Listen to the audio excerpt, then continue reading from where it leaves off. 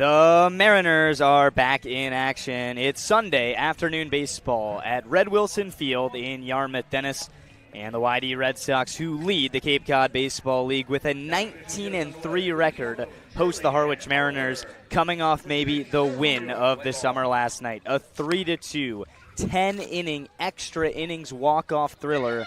Jackson Hotchkiss had the final staple with a single to end the game. The story, though, was the Mariners' 9 innings of no-hit baseball between Jacob Schultz and T.J. Zierman. They gave up a hit in the 10th, Milo, but they won the game. Yeah, and that's all that matters in the end. It's funny. You had the no-hitter, you had the win in mind. Everything was happening yesterday, it seemed, at White House Field. But the most important thing was the win, and that's what happened for the Mariners in the end. And credit to the offense for coming alive there in the late game. Jackson Hotchkiss with the big at-bat to seal the deal. His lacing ball hit to right center was the walk-off winner, and he's been having himself an excellent season over here in Harwich. But I think you got to credit the entire offense there at the end. The at-bats got a whole lot better, and Kevin Maluski, an underrated hero of that game, 3 for 3 with the tying RBI single. Well, the Mariners snapped their 3-game losing skid they were on. Harwich comes in 14-9 for record on the summer, in third place of the East Division. And here's a look at the Mariners lineup tonight. Leading off playing right, Colin Larson. Batting second in center field for the first time all summer, J.P. Peltier. He can play anywhere. Batting third, playing third, Ty Smolinski. Batting fourth, the cleanup hitter, Braden Jacksa. The DH. Batting fifth at second base, Cade Kurland. Batting sixth, the shortstop, Nate Castellone. Batting seventh will be the winner from last night, Jackson Hotchkiss, in left field. And the final two for the M's this afternoon, Sean O'Leary batting eighth and playing first. And rounding out the Harwich order is the catcher, Sean James. The Mariners will have a matchup with Ty Brooks, the 6-foot, 200-pound righty, a rising junior out of Indiana State. He's a native of Milford, Indiana. He's pitched just one time on Cape Cod, 2 innings, 2 hits, no runs. He struck out 4. Larson kicks the dirt up, digs into the left side. It's Mariner baseball on the radio at YD. Harwich trying to get the Red Sox for the first time this summer. The Mariners are 0-2 against the Cape League's best, and they've lost those games in a combined run differential of 18-8. First pitch to Larson. A fastball inside. That's ball 1. 79 degrees, not a cloud in the sky. 4:31 first pitch. And Larson ahead of the starter Brooks, 1-0. Brooks, the big righty, comes home with a 1-0. That fastball's up high, and it's now 2-0. Larson had a big at-bat last night to start the 10th inning for Harwich. A sacrifice bunt brought Kirikoff to third, and he got knocked in, then the Mariners won it. Here's the 2-0. Up and away. 3 consecutive pitches outside of the zone to start off the AB with Larson. This is a good start for the Mariners. Larson has 15 walks coming into the day. Trying to get aboard to start off this contest for the M's and get the ball moving early. Brooks looking for the zone here. Here comes the 3-0. That fastball's on the outer edge, called strike 1. Larson hitting .304 this summer, was named to the All-Star team a couple of days ago. 3 homers, 11 runs batted in, has 5 doubles, and Milo mentioned his keen eye, 15 base on balls. 3-1. That's a strike. First look at the breaking ball from Brooks. First 4 pitches were all fastballs. The count goes full on Larson. Brooks is just fastball slider. Used the fastball 55% of the time and the slider the other 45%. The righty comes home with the payoff. Larson swings at a pitch in the dirt. That's strike 3.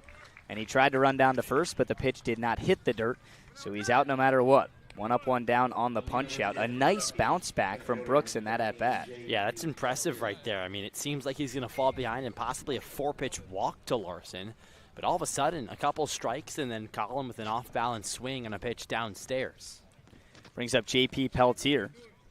Batting second this afternoon for the M's. Peltier hitting .215, 2 homers. First pitch is a fastball called the strike at the knees. It's 0-1. JP still leads this team in runs batted in with 12, but Larson is 1 tick behind him with 11. Smolinski, who's on deck, has 10. There's guys coming. The 0-1 swung on and missed. That was a really good slider from Brooks in the right-on-right matchup. Started in the zone at the knees and ended up towards the left side of the batter's box. 0-2 quickly on the Harwich center fielder tonight, Peltier. 0-2 pitch in the dirt. JP laid off. Ball and 2 strikes. Harwich in their road baby blue uniforms. One of the best looks on Cape Cod. A little Ole Miss spin-off. I'd say it has its own Harwich flair. YD in the all-white, pretty much Boston Red Sox carbon copy uniforms. The 1-2 is fouled straight back. JP staying alive. Yeah, JP, like you said, hitting second, sort of an emphasis on that. He's been up and down the lineup so much this year. He has hit second before multiple times, but seen him as low as 7. He's hit in the 5-hole a few times. Kind of a versatile guy on the offense and defensively. Here comes the 1-2. Peltier takes. That was a fastball just a little bit inside, and the count's even at 2-2.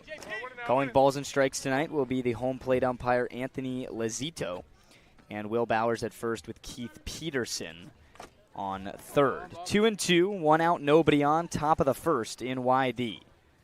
Brooks comes home. That is called strike 3, a slider. Peltier did not go after it. I think he still thinks it was low. 2 down on the punch-out to start this one. Yeah, last night, you remember J.P. Peltier strikeout in the 9th. He was not a fan of that call from home plate umpire Joe Carrico. And this one, a little bit of a nod, but walks to the dugout pretty fast. So there's 2 outs and nobody on for Ty Smolinski. First offering is a fastball. Called a strike on the outside corner. Didn't really think this inning would go like this after the first 3 pitches to the leadoff man, Larson. Larson got ahead 3-0, then he struck out. Peltier just struck out, and Smolinski's up down 0-1. Here's the pitch. Cut on, ripped into left field, a base hit for Smolinski. Ty continues to impress with his ability to slash the ball the other way, and Harwich has their first hit of the game with 2 outs in the first. I mean, he's just such a complete hitter at the plate, and I was watching him because we're so close to the players on deck. He attacks every pitch on deck as if he's hitting in the box. I mean, he loads up like most players do, but you could just see the intensity in his eyes. He goes up so prepared to the plate. Braden Jaxa comes up. First offering, right-on-right matchup. That's called a strike on the inner edge. Jaxa, 5 for his first 13 in Harwich. Has 3 ribbies, a pair of doubles. This guy has come up ready to hit in every at-bat. He's got Smolinski off of first with 2 outs in the opening inning. The 0-1. Checked his swing. Pitch was in the dirt. Cerna, the catcher, appeals down to first. He did not go around. The count's 1-1. You see how Cerna caught that? He did like a belly flop on the dirt. And then while he was still laying on his chest sternum area, he appealed the first base. That's a guy who wants it. It's an all-star. 80 degrees, beaming sunlight here in Yarmouth Dennis. Smolinski a big lead off of first to check on him. He's back with a dive and the right hand first. With the MLB draft going on, all of these guys have been keeping up with their status. Charlie Bussey, a guy for the Mariners this year, just got drafted. But also their teammates. There's a lot of skin in the game when you're out here on the Cape. And another check on Smolinski. He's back in time. It's a big day all around. Walked into Red Wilson Field today about 2.5 hours before the game. The MLB draft was blasting on the radio over the loudspeaker here at the field. Smolinski has stolen 9 bases. The 1-1 pitch, he doesn't go. It misses inside. That was the slider from Brooks.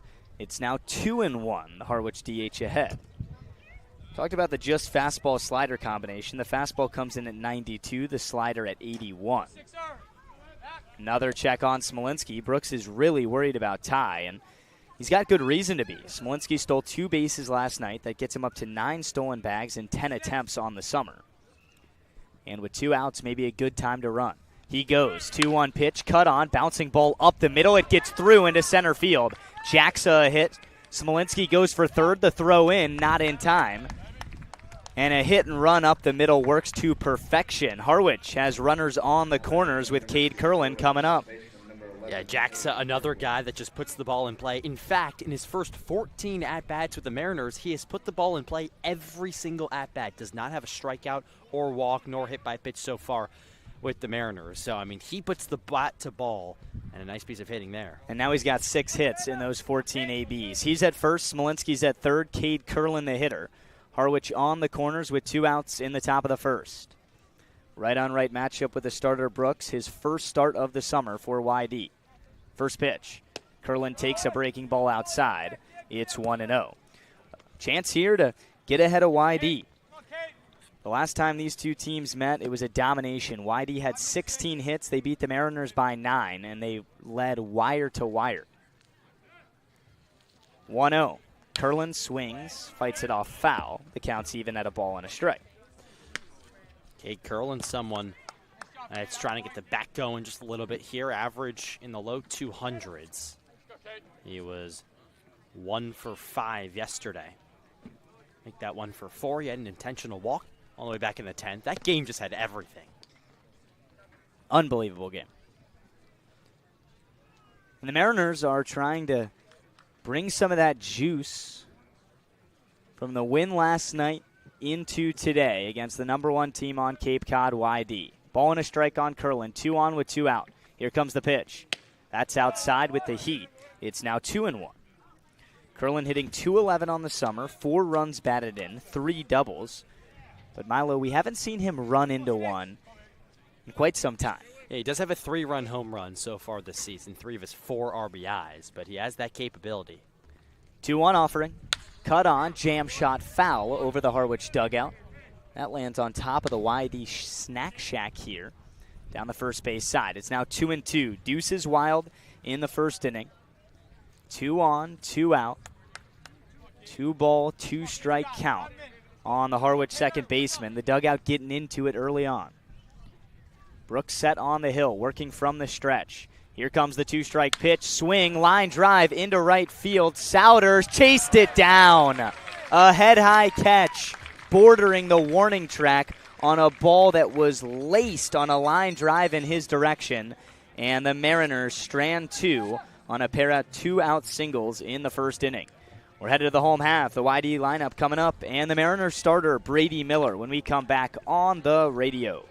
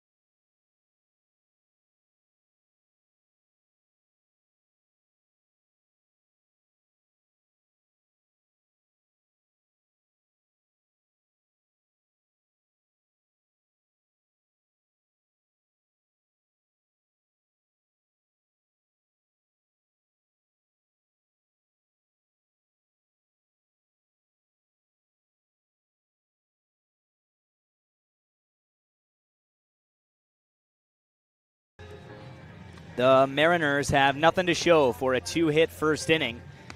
And now YD is coming up at home in the home half of the opening frame.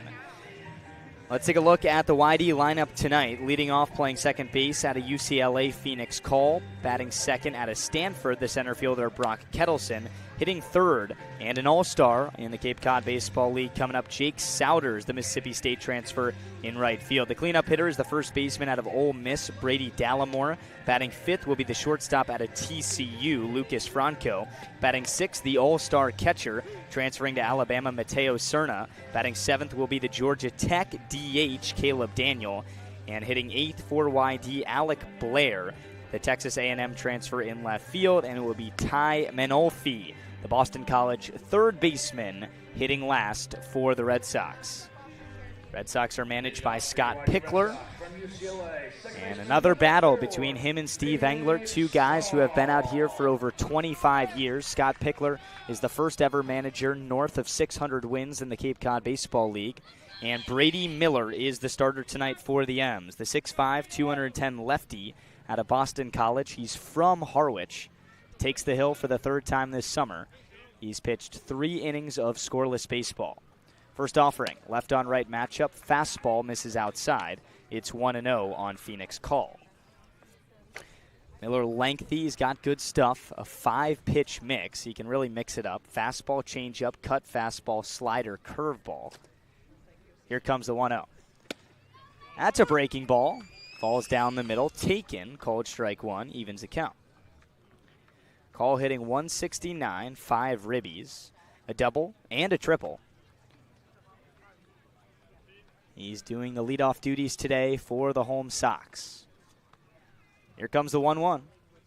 That's cut on. Hit into left field, a base hit. Castellón looked like he was going to try and lay out on a dive to keep it from going into left, but he wasn't very close to it. Yeah, and Castellón is someone that's going to go after every single ball that's even remotely close to him. So just scorched off the bat of Phoenix Call. Came in with that average way below the Mendoza line at 169, but listen, swinging the bat. Well, yesterday against Orleans, Call had a spectacular play out in center field as well, maybe bringing in some confidence to today. So the leadoff man aboard, Call with a base hit. Here's the left-handed hitter Brock Kettleson. First pitch, breaking ball, misses outside. Kettleson ahead 1-0. Kettleson out of Stanford is having a marvelous summer. He's hitting .265, 7 runs batted in, and leads YD with 5 doubles.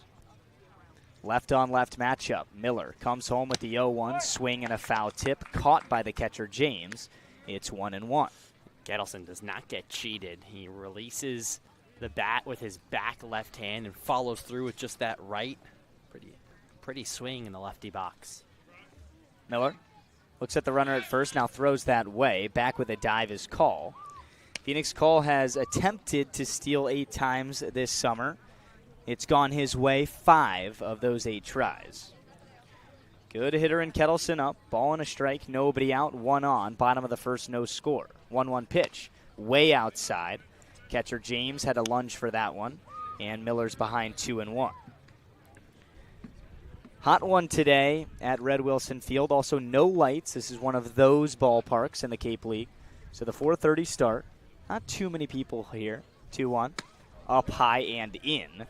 That one got away from Miller. That's now back-to-back pitches that haven't been close. It's 3-1. There are hundreds of people, actually, now that I look for a second time, down the left field line, because they're smart. That's shaded over there. Yep, I was just about to say. I mean, we get the royal treatment out here where our station is set up in the sunlight. The 3-1, that's outside, ball 4. A borderline pitch. Kettleson didn't even think it was ball 4.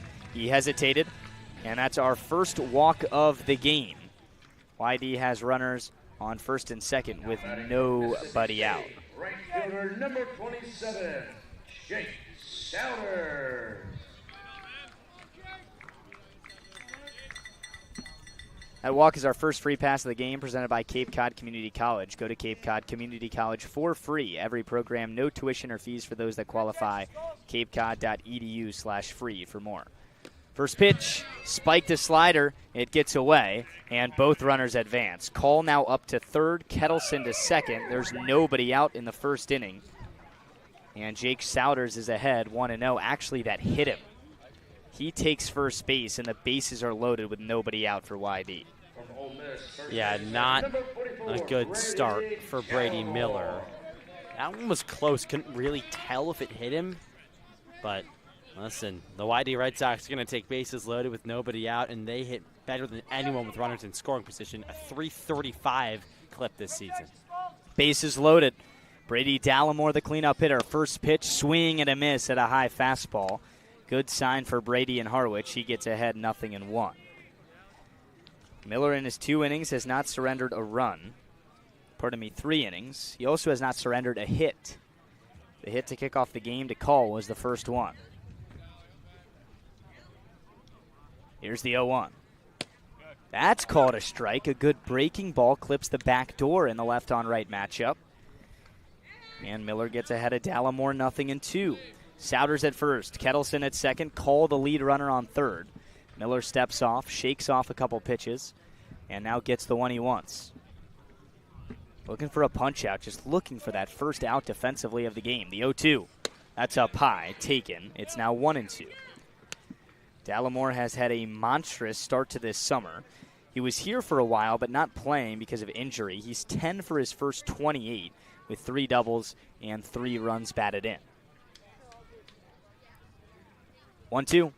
outside. It's now 2-2. Miller just needs to attack the zone here.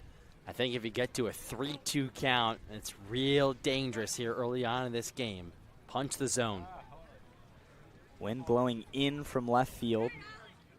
Miller steps off again. There's something that's just not right now in this first inning for the Harwich starter, Brady Miller. He's given up a hit, a walk, and a hit by pitch. And YD's got him loaded with nobody out. 2-ball, 2-strike count on Dallimore. Miller set, the 2-strike pitch. Breaking ball called, strike 3, and a big one for Miller. A sigh of relief for the first out, but the job is not done yet. 1 out, the bases stay loaded for Lucas Franco. Yeah, it's a big one because now just like that, you're 1 pitch away from getting out of this jam with the middle of the infield playing up.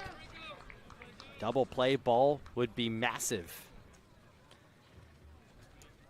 Also sets up a left-on-left matchup here with Franco, shortstop out of TCU.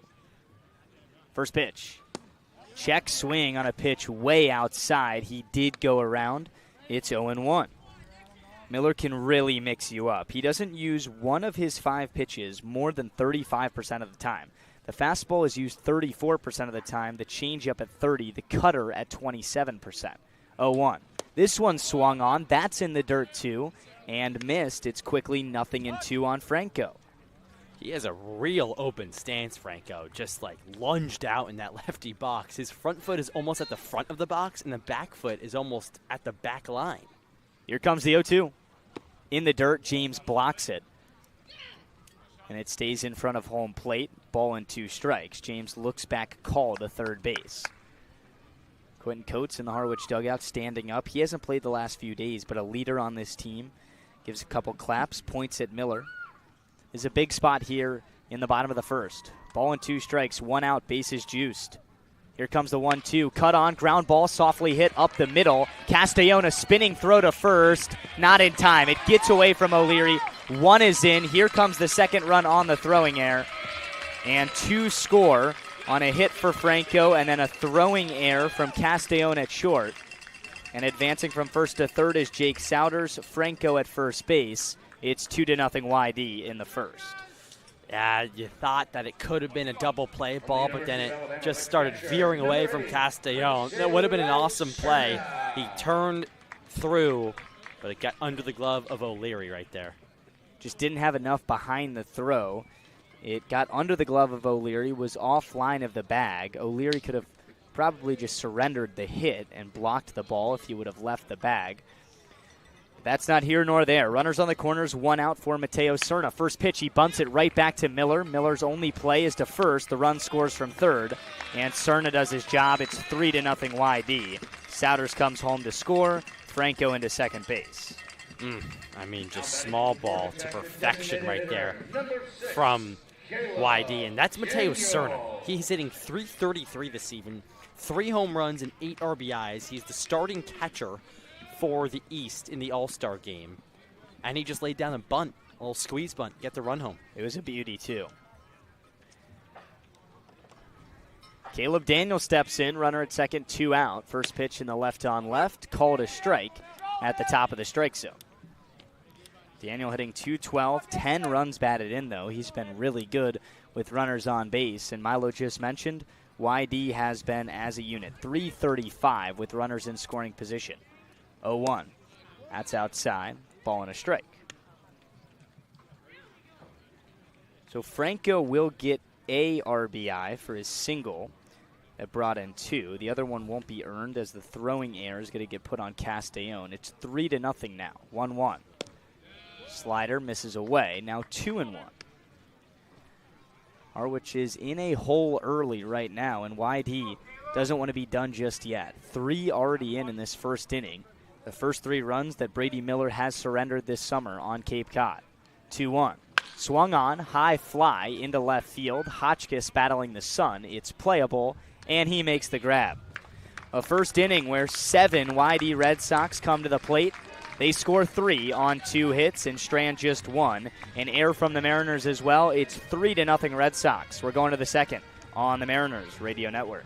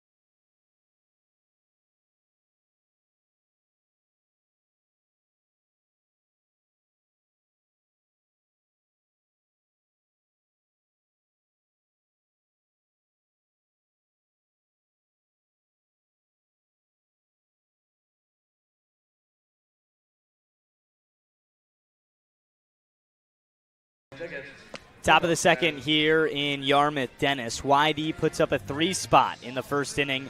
They lead 3-0. With Milo Hoffman, I'm Luke Brenneman. Harwich has 6, 7, and 8 coming up to hit here. It's Castellone, Hotchkiss, and O'Leary. Milo, how can Harwich kind of climb back into this game after getting beat up there in the first frame? I think you got to put the ball in play right now against Ty Brooks, the starter for YD. There was 2 singles for the Mariners in that first inning, could not come through, but you have to keep putting pressure on this YD defense, and it's a good guy to start because Nate Castellone puts the ball in play almost better than anyone on this Harwich lineup. Start of the second is brought to you by Milton Cat, proud to power the Cape all summer long. Ty Brooks, the starter out of Indiana State for the Red Sox.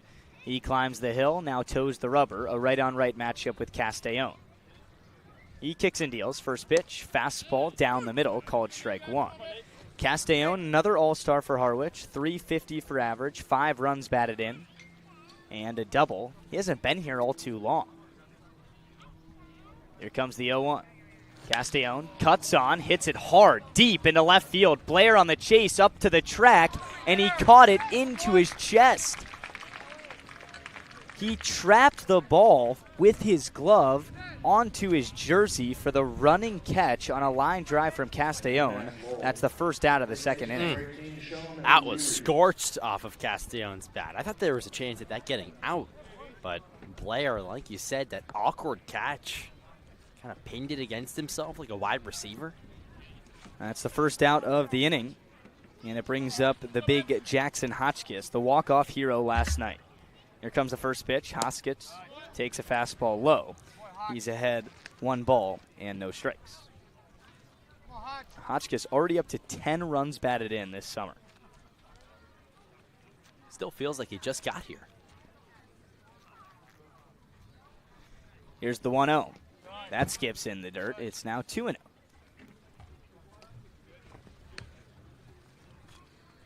Hotchkiss so far in Harwich. This is his 15th game, which is crazy to think about. Yeah. He's come onto the scene and been an instant impact player.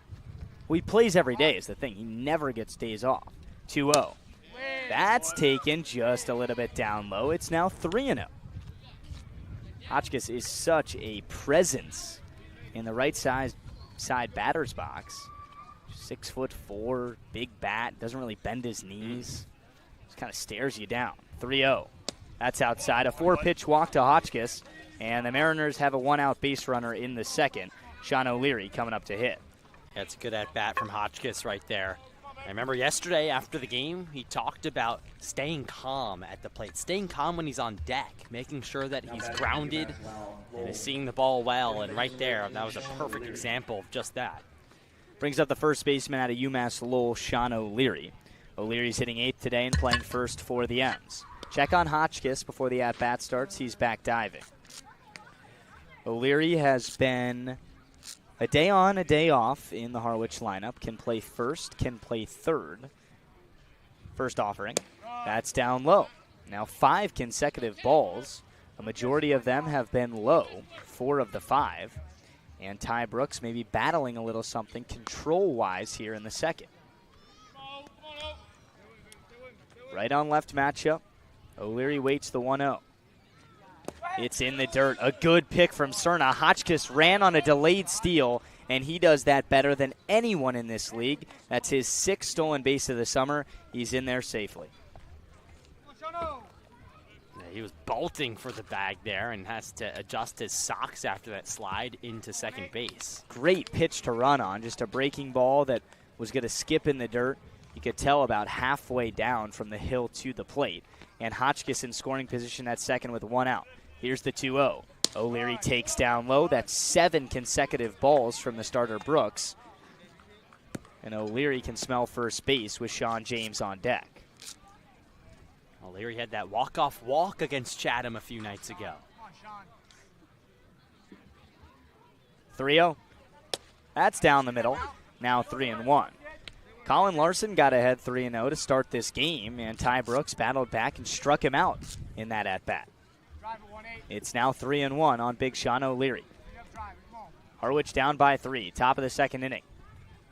Here comes the 3-1. That's cut on. Pitch was ball 4 in the dirt. O'Leary can't connect. It's now 3-2. That was a big swing right there. He had eyes for that 360 sign out in right center field. Short park here at Red Wilson. Harwich trying to get something back. Here comes the payoff to O'Leary. He takes down low. A really good at-bat and a good eye to draw ball 4. That's back-to-back one-out walks in the second inning from Ty Brooks, the YD starter. And the 9-hole hitter catching for the Mariners, Sean James. An important at-bat in the second inning, trailing by 3.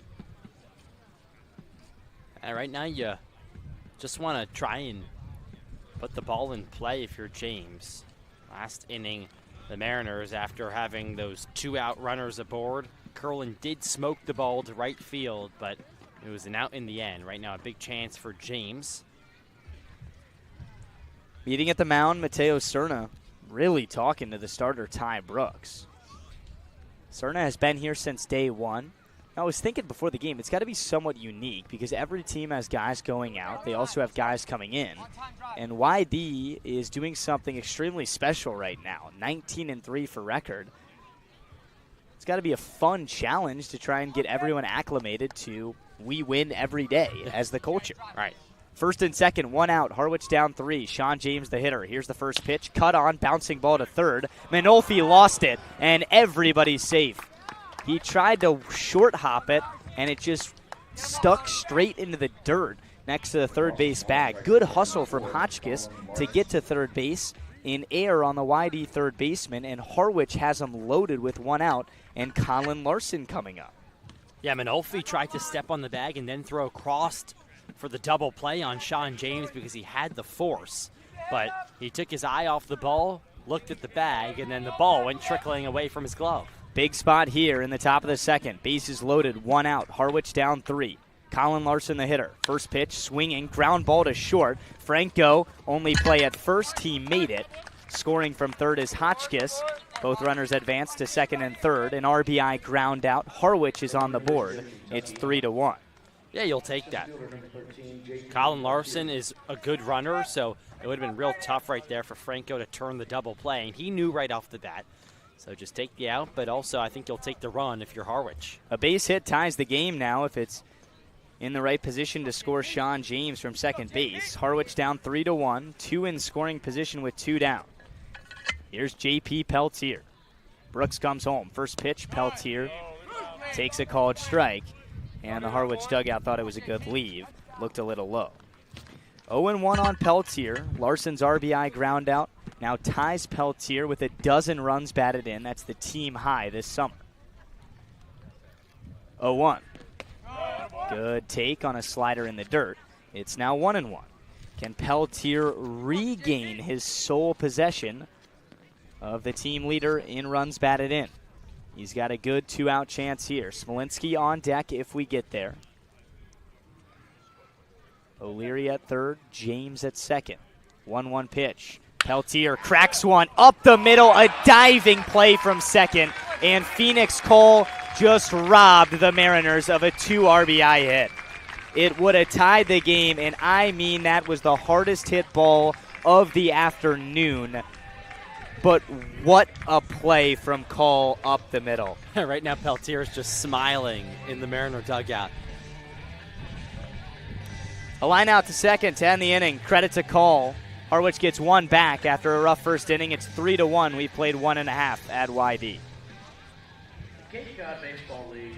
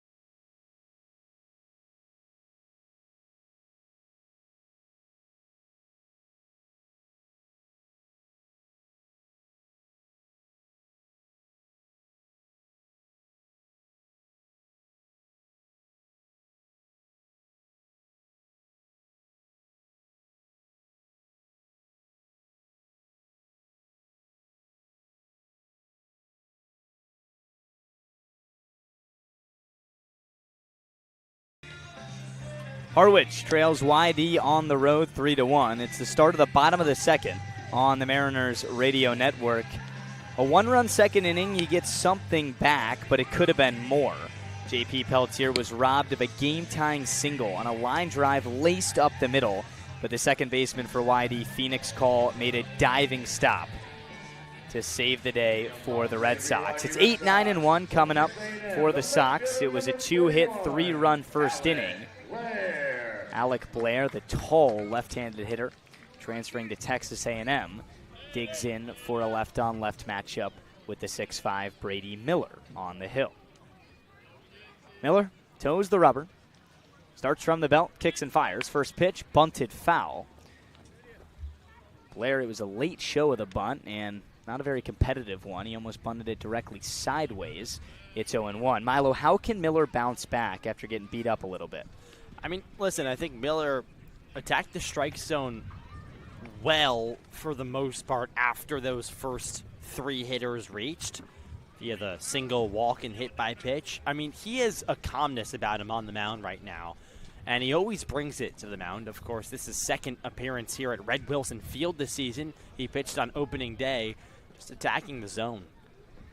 He stepped off and called time. There were some issues with the pitch clock, but now here comes the 0-1. Blair swings and misses, was extremely late on that fastball. It's 0-2. Talked about the first three batters of that first inning. Call singled, Kettleson walked, Souders was hit by a pitch.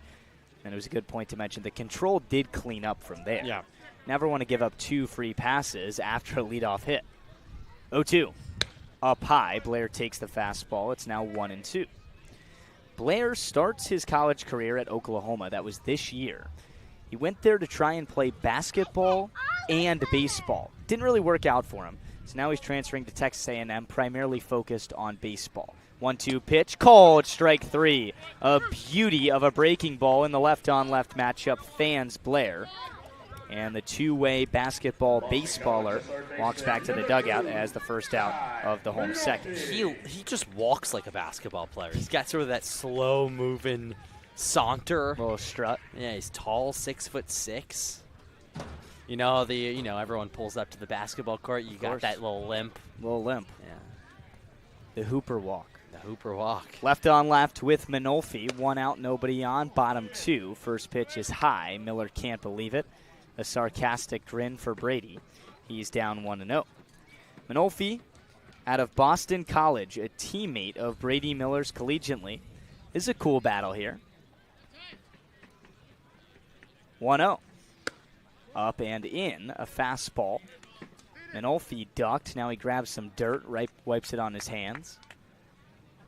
And he digs back in. What about a fly out to right field? Get Colin Larson involved? All Boston College at bat. Sure, Miller would take it. 2-0. Manolfi swings, bouncing ball first base side. Glove by Curlin, throws to O'Leary, and that's the second out. So Miller wins round one of the Boston College battle, and there's two outs in the second inning. Lineup turns over for the Red Sox. Phoenix Call. It is much better from Brady Miller right now.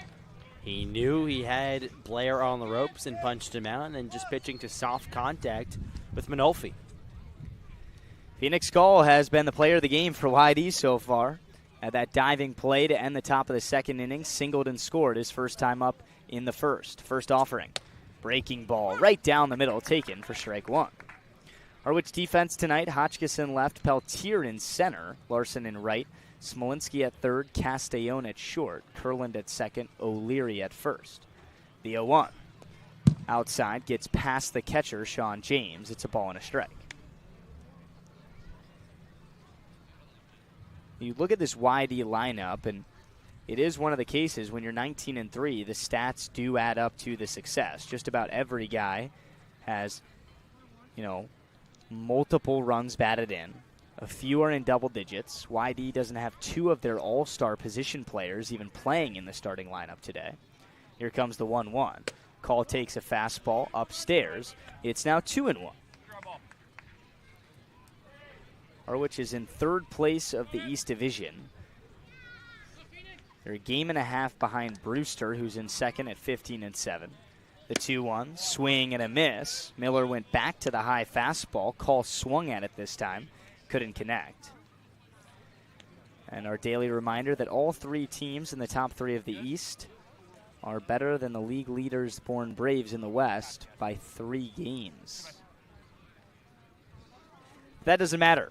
We're in the East, and we're in YD at Red Wilson Field. 2 outs, nobody on. Bottom 2, here's the 2-2. Taken for strike 3.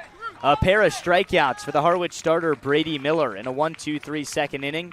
He's up to 3 of those, but the Mariners trail 3-1 and are coming up to hit when we come back in the top of the third on the Mariners Radio Network.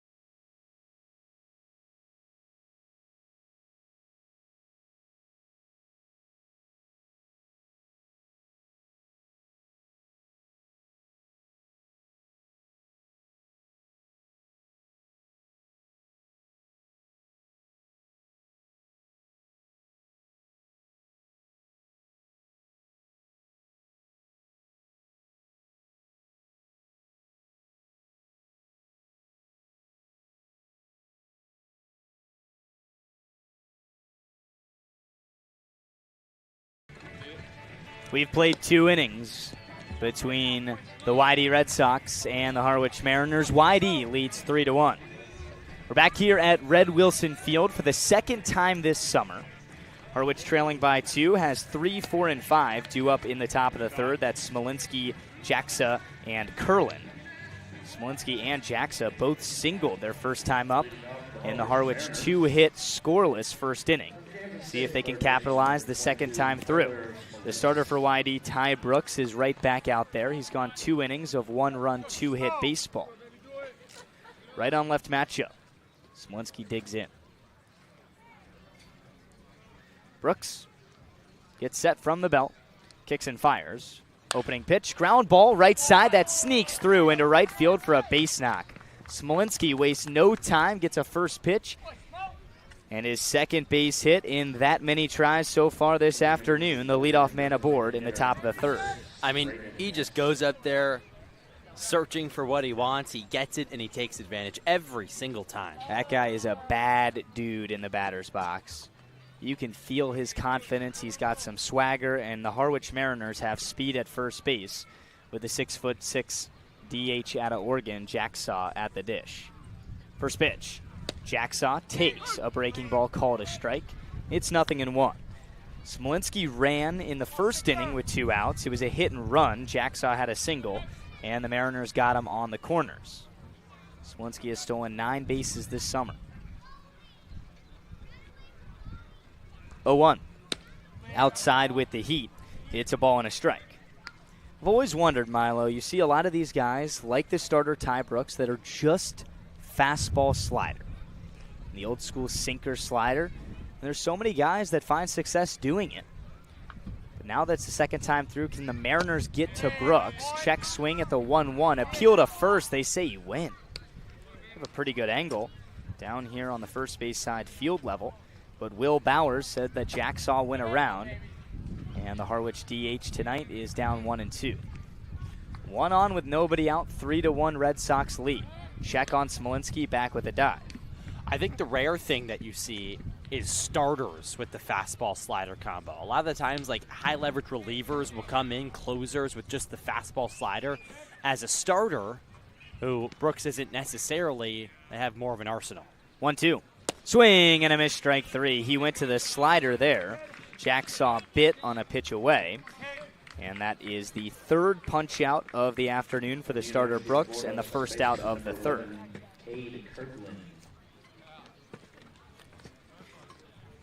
You mentioned Brooks and his position. Is he a bullpen guy, a starting guy? Well, he started 13 times at school at Indiana State, 56 and a third innings pitched. So this guy pitches a ton. A 4.60 ERA, struck out 55, walked 34. He got away with it. And he's out here on Cape Cod. 1 on with 1 out for Cade Kurland. First pitch. Kurland swings and misses. He was late on a center cut fastball. He's down 0-1. Kurland lined out sharply with runners on the corners and 2 outs in the first inning to left field. Alec Blair over there tracked it down. It was a nice play. 0-1. That's a strike. Breaking ball at the knees. Kurland took it again. It's now 0-2. Yeah, Kurland was robbed. He puts the bat on ball, and not the biggest guy in the box, has sneaky power. Well, he's down 0-2. Smolinski still has not tried to run off of first. Another check on him. He's back safely. But the Mariners trail in the early innings 3-1 to a Red Sox team that has gotten the better of Harwich both tries so far this summer. 0-2, Smolinski thought about going. Pitches a fastball outside. Mateo Cerna, the catcher, tried to backpick Smolinski but never threw it. Just kind of stared him down. I think stare down is the perfect way to describe that. He was like, "Are you going to go? I got you covered if you do." Well, whatever he did must have worked because Smolinski's now off of first calling for time because he's got something in his eye. Yeah. There's a lot of dirt on that uniform. Milo, you made a good point yesterday on the broadcast at home. He is always dirty. In a good way. That's how Pete Rose always was. When you're on base, you're going to be dirty. When you steal bases, he's been checked on probably 5 times in this game. Here comes the 1-2. Kurland swings, rips one up the middle, a base hit into center. Smolinski had to wait on it because it was a little bit of a flare, say 5 feet above the ground. But a 1-out knock Smolinski up to second, Kurland at first. And a big spot here in the third for Nate Castellone. All right, it seems like every inning so far. I mean, it's been the case. The Mariners have had multiple runners aboard. Once again here, Castellone with the big spot. Brings up Castellone. He lined out to left his first time up. Right on right matchup with Brooks. First and second, 1 out, Harwich down 2 in the third. Brooks can't get the pitch from the pitch comm and has to call time. And Scott Pickler, the manager for YD, is now out of the dugout. And is he going to the bullpen as he slowly takes his time? Yes. This is something you better get used to when you play the Red Sox. They go to the bullpen a ton. And with 1 out and the Mariners having runners on first and second trailing by 2 in just the top of the third, the starter Ty Brooks is done. We'll have the new arm and Castellone's at-bat when we come back on the Mariners Radio Network. If you're a Massachusetts resident and don't have a bachelor's, you could be attending 4Cs for free, all while preparing for careers that actually move you forward. Aviation maintenance, nursing, dental, funeral service, we've got it all. capecod.edu/free. Heading to Nantucket this summer? Skip the traffic and take to the skies with Cape Air. With convenient flights from Norwood to Nantucket, you can start your vacation sooner without the hassle of traffic. That way you spend more time relaxing and less time getting there. Experience the Cape Air difference and book your next flight today at capeair.com. Let Cape Air be your wings in the Northeast. Cape Cod 5 is proud to be the official banking partner of the Cape Cod Baseball League. Cape Cod 5 offers a broad range of financial products and services tailored for every stage in your financial journey. Reach out to us. We're here to help. Life can be full of surprises, but Eastern Propane and Oil is always just a call away. With a local team member available 24/7, we're always ready to support you when you need it. With an Eastern Propane and Oil technician on the way, your family's comfort is our priority. Our local team, over 500 strong, ensures your home is comfortable and warm. Eastern Propane and Oil, a local team with 24/7 service and delivery, ensuring comfort when you need it most.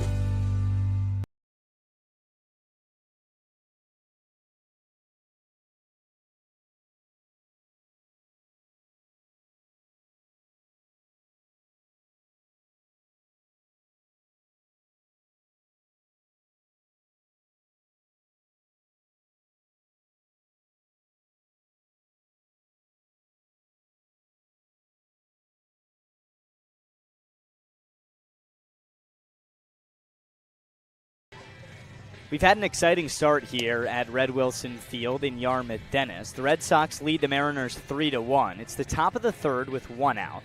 The Mariners have runners on first and second to start the inning. And the starter for YD is pulled, Ty Brooks. Coming into the game is the right-hander out of Cincinnati, Nolan Bernard. Bernard has pitched twice this summer, 3 1/3 innings of action, has not given up an earned run, has surrendered 3 hits. Just transferred to Cincinnati this offseason after a stint with South Florida in his freshman year of college. Now he's on Cape Cod. And a spot early here for the Mariners. Try and tie this game up in the third.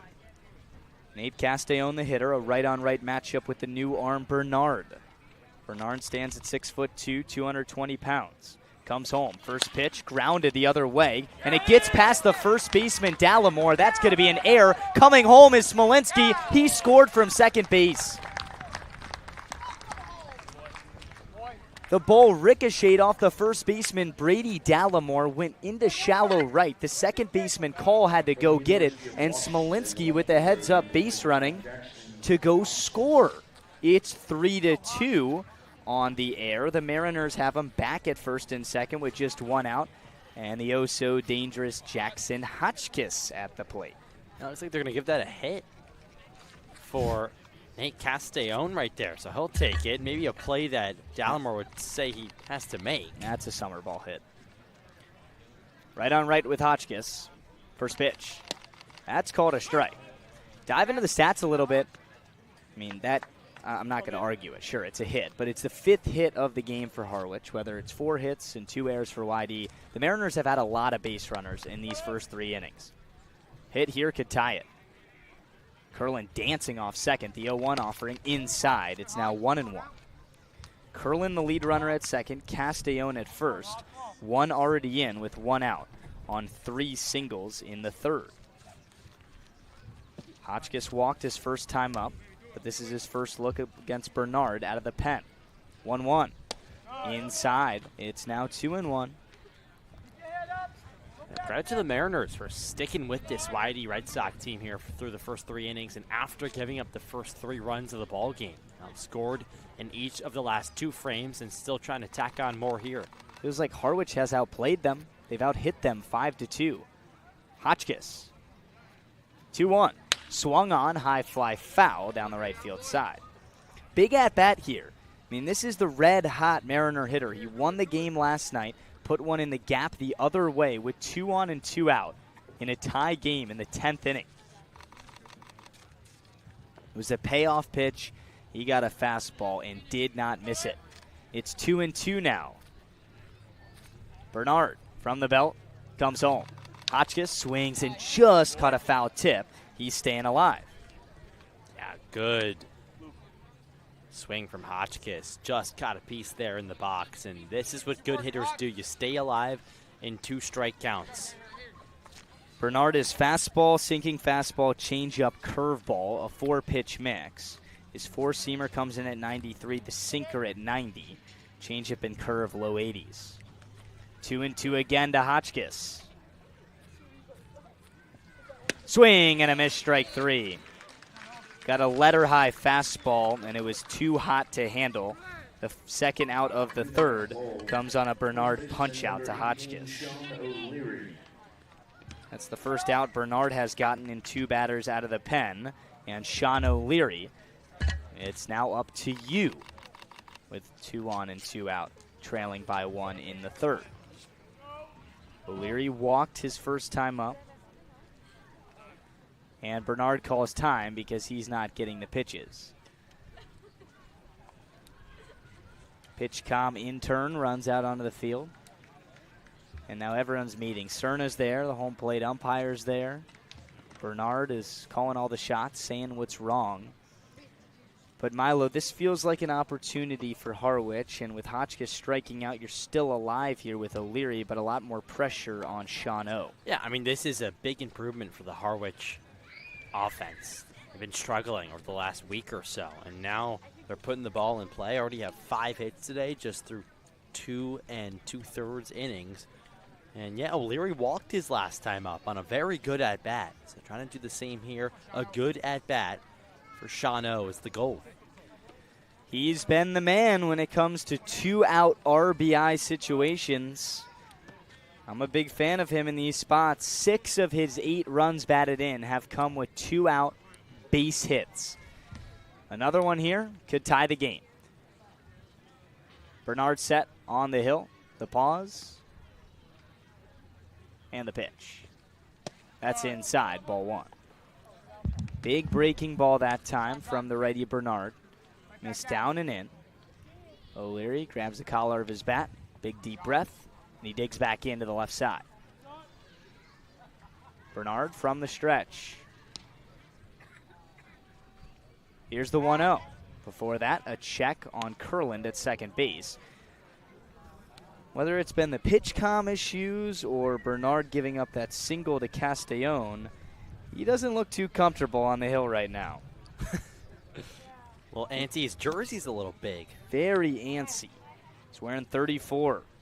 Third appearance of the summer. Runners go. Pitches high. No throw. A double steal from Harwich. And the count's 2-0. That was well executed. Kurland to third. Castellón to second. That's Kurland's 7th of the summer and the first for Nate Castellón. Yeah, I was going to say Castellón, it's taken him a while. Had just 4 stolen bases this past season at Cal Poly. His first here in Harwich. Someone who you look at and you think, okay, yeah, that guy can definitely steal bases. A hit here could take the lead. 2-0. O'Leary gets a breaking ball down the middle, but took it belt high. That's called a strike. It's now 2-1. 226 batting average for O'Leary. He's been solid, but he has been clutch. Can he come through in the third on the road? 2-1. Swing and a ground ball off the right foot of the third baseman, Manafly. This game is tied as Kurland scores. And another error at the hot corner from Manolfi. It's a 3-3 game. Castellón up to third, O'Leary to first. And my goodness, Harwich getting some gifts from the best team in Cape Cod right now. Yeah, the ball was scorched. Stacking up. It was hard hit and a nice job by O'Leary to go to the other way, but that's now the second error on YD today, second on Manafly, and they could have 3 after that booted ball by the first baseman Dallimore, too. First pitch to Sean James. Bouncing ball towards short, crashing as Franco. Gloves, fires on the run. A smooth play to end the third. Harwich gets 2 more back on 3 hits and an error, and leave 2 on as well. It's 3-3. We've played 2.5 at YD. We'll be right back on the Mariners Radio Network.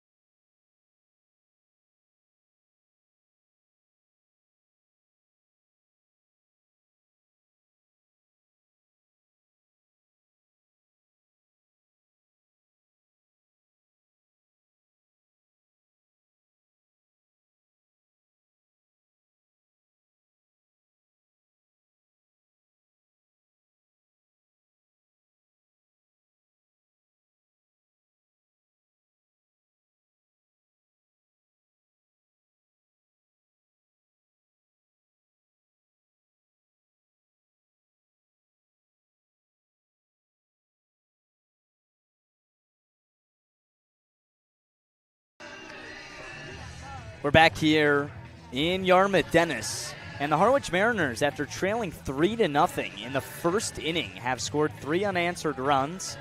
It's now 3-3. Bottom of the third, and the host Red Sox coming up. It's 2, 3, and 4 in their order.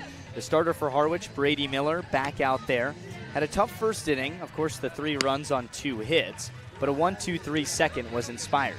Yeah, and he looked a lot more composed in that inning and trying to go back to whatever he was doing there. Has 3 strikeouts on the night. 2 of them came in the second inning. the last inning for Miller, but he did sit in the dugout for a long time since then as the Mariners put up 2 runs in the top of the third, so we'll see how Miller reacts. Left-on-left matchup with Brock Kettleson, the outfielder out of Stanford. Kettleson walked and scored his first time up. The first 3 batters of the opening inning all reached to load the bases with nobody out. First pitch cracked into center field. A good chase from Peltier, a good jump, and he runs it down for the head-high grab. 1 pitch, 1 out to start the third. Yeah, that was a scorcher, and Peltier with his first action over in center field for the Mariners. He's the Mr. Utility guy on this team. Peltier proves that he can do it all. A lot of utility guys are just willing to play anywhere so that they can be a part of the lineup. Well, Peltier also leads this team in runs batted in, so he's no slouch. First pitch to Souders is taken outside, ball 1. Souders was hit by a pitch and scored in the first inning. He's an all-star, 254, 2 homers, a dozen runs batted in, the new Mississippi State transfer. Miller looks in and comes home. 1-0, bouncing ball towards short. Castellón eats it up and fires to first in time. 2 up, 2 down. That's now 5 in a row for Mr. Miller on the hill. Yeah, really nice stuff by Brady Miller. 2 balls hit and play. That one, a routine bouncing ball to shortstop. When he's punching the zone and commanding from the mound, I mean, he's been very successful this season. There's a YD team that's number 1 in Cape Cod. 19 wins, just 3 losses. Harwich trying to get him for the first time this summer. Brady Dallimore hits from the right side, takes a first pitch fastball up high, ball 1. I think the funny thing about Cape Cod, though, is that, 19-3-1, you look at that record. YD lost last night to Orleans, who's 7-16. It's like the big leagues. Anyone can beat anyone, but YD has been the standout team. The 1-0 is taken inside. That was the slider from the lefty Miller. It's now 2-0. That was similar to the Mariner game, where Chatham last night scored 1 in the top of the 10th, and then Harwich had to score 2 to walk off the game. Same thing happened, but Orleans beat YD. The 2-0's a foul straight back. It's now 2-1.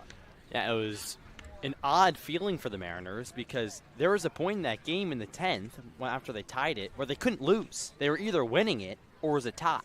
So I wonder how that affected the gameplay, were they playing more free out there? Hotchkiss looked free on his hit. 2-1. Swing and a miss. Fastball, thigh high, right past Dallimore. And it's now 2-2. 2 quick outs, a line out and a ground out. There's nobody on in the bottom of the third. And Brady Miller is a strike away from back-to-back scoreless innings. The pitch popped up over our heads, out of play, foul, first base side. Got to credit Miller. Against a lineup of this caliber, getting beat up early can kind of be a death wish, but he stayed in the game. You can tell that he's more settled in. I saw him smile when he ran out to the hill and touched gloves with his third baseman Smolinski as the infielders warmed up. He's trying to put him away. 1-2-3. Another 2-2 pitch up and away. The count goes full on Dallimore. Franco on deck. He singled his first time up.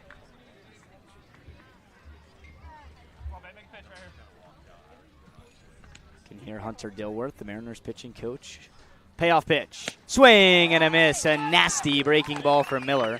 His 4th punch out, and that's back-to-back 1-2-3 innings from the Mariners starter. Harwich back in the game. It's 3-3. We're going to the 4th on the Mariners Radio Network.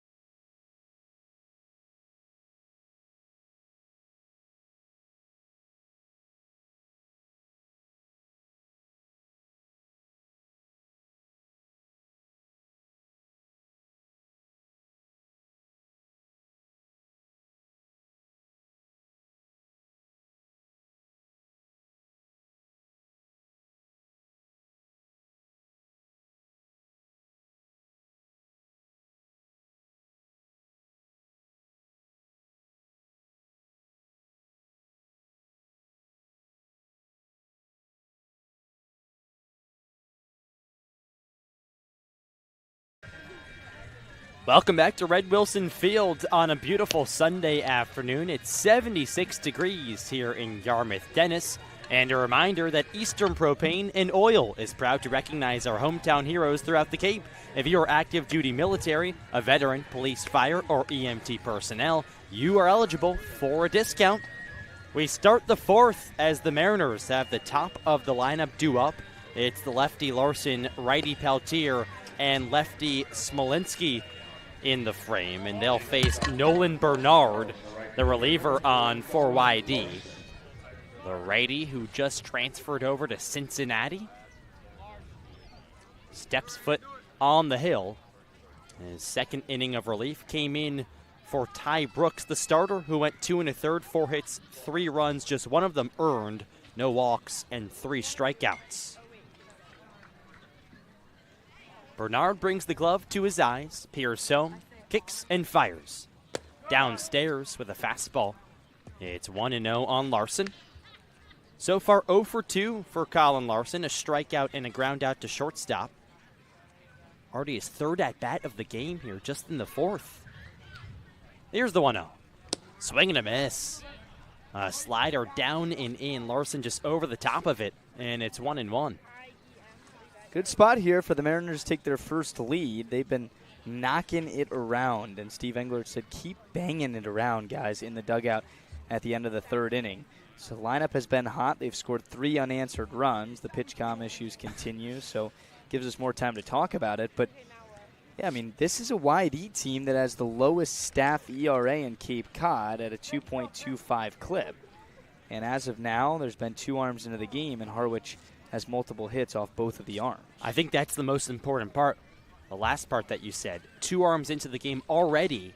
We're in the fourth. They use the bullpen more than anyone here on the Cape. The bullpen has a 2.02 ERA for YD. And Scott Pickler, the Red Sox manager, is not afraid to go and use them. Just 3 1/3 innings pitched is the average start for the YD starters. And today, Ty Brooks went under that, just 2 1/3. So it seems like all the pitch comm debacles are over, and Bernard is back on the hill. He deals the 1-1. Larson showed bunt, and he pulled back on a pitch down in the dirt, and it's 2-1. I was talking with Kyle Wolf, former Harwich Mariner pregame. He's here. Also just finished up and graduated playing baseball at Boston College. I said, what do you credit Larson's summer to? He said, I just see him, he's so much more relaxed out here on Cape Cod. 2-1. Misses outside, and a relaxed take there from Larson, and it's 3-1. He said he was just an underclassman at school. He was young. He had a great fall and put all this pressure on himself to be so good in the spring, and it didn't pan out that way. And out here, he's just having fun, and he's dominating. 3-1. Swinging a foul right back, and it's 3-2. Yeah, last summer, Larson with Boston College, or not last summer, last collegiate season, he hit .225, just 3 homers and 21 RBIs. Larson has 3 homers this summer with Harwich. He's been one of the most vital players in this lineup, named an all-star starter just 2 days ago. Bernard ready for the payoff pitch. Here it is. Downstairs, ball 4, and a nice leadoff at-bat for Colin Larson here to begin the top of the fourth. 3-3 the score between Harwich and YD. Adding on to his team high now, 16 walks. When you think of some of the more dynamic hitters of all time, and they're all so versatile. Joey Votto could hit home runs. He won the MVP, but he had the best eye on the team. He was the best contact hitter on the team. Larson can literally do everything. He can run, he can take, he's hit 3 homers, he finds gaps, and he gets on base. Here's the righty Peltier. Bernard fires. Breaking ball, clips the outside corner, and it's 0-1. And tell me you're a Reds fan without telling me you're a Reds fan. First player comes up, Joey Votto. How about it? Larson over at first base, he takes his lead. Here's the 0-1. Before that, a check on Larson. He's safe. Larson, 12 stolen bases on the season, 12 for 16. JP Peltier is 0 for 2 today, a strikeout and a sharp line out to call the second baseman. 0-1. Larson runs, pitches outside, throw to second. It's a skipper. Not in. Oh, in time. Phoenix Call made the tag. Third base umpire Keith Peterson punched out Larson, and now Steve Englert is taking a trot out of the dugout with his head down, approaching the first baseline, and he seems to not be a fan of this call. Hands on his hips, animated, talking to Keith Peterson over there. They're right on the first base chalk. Englert with a bunch of hand gestures.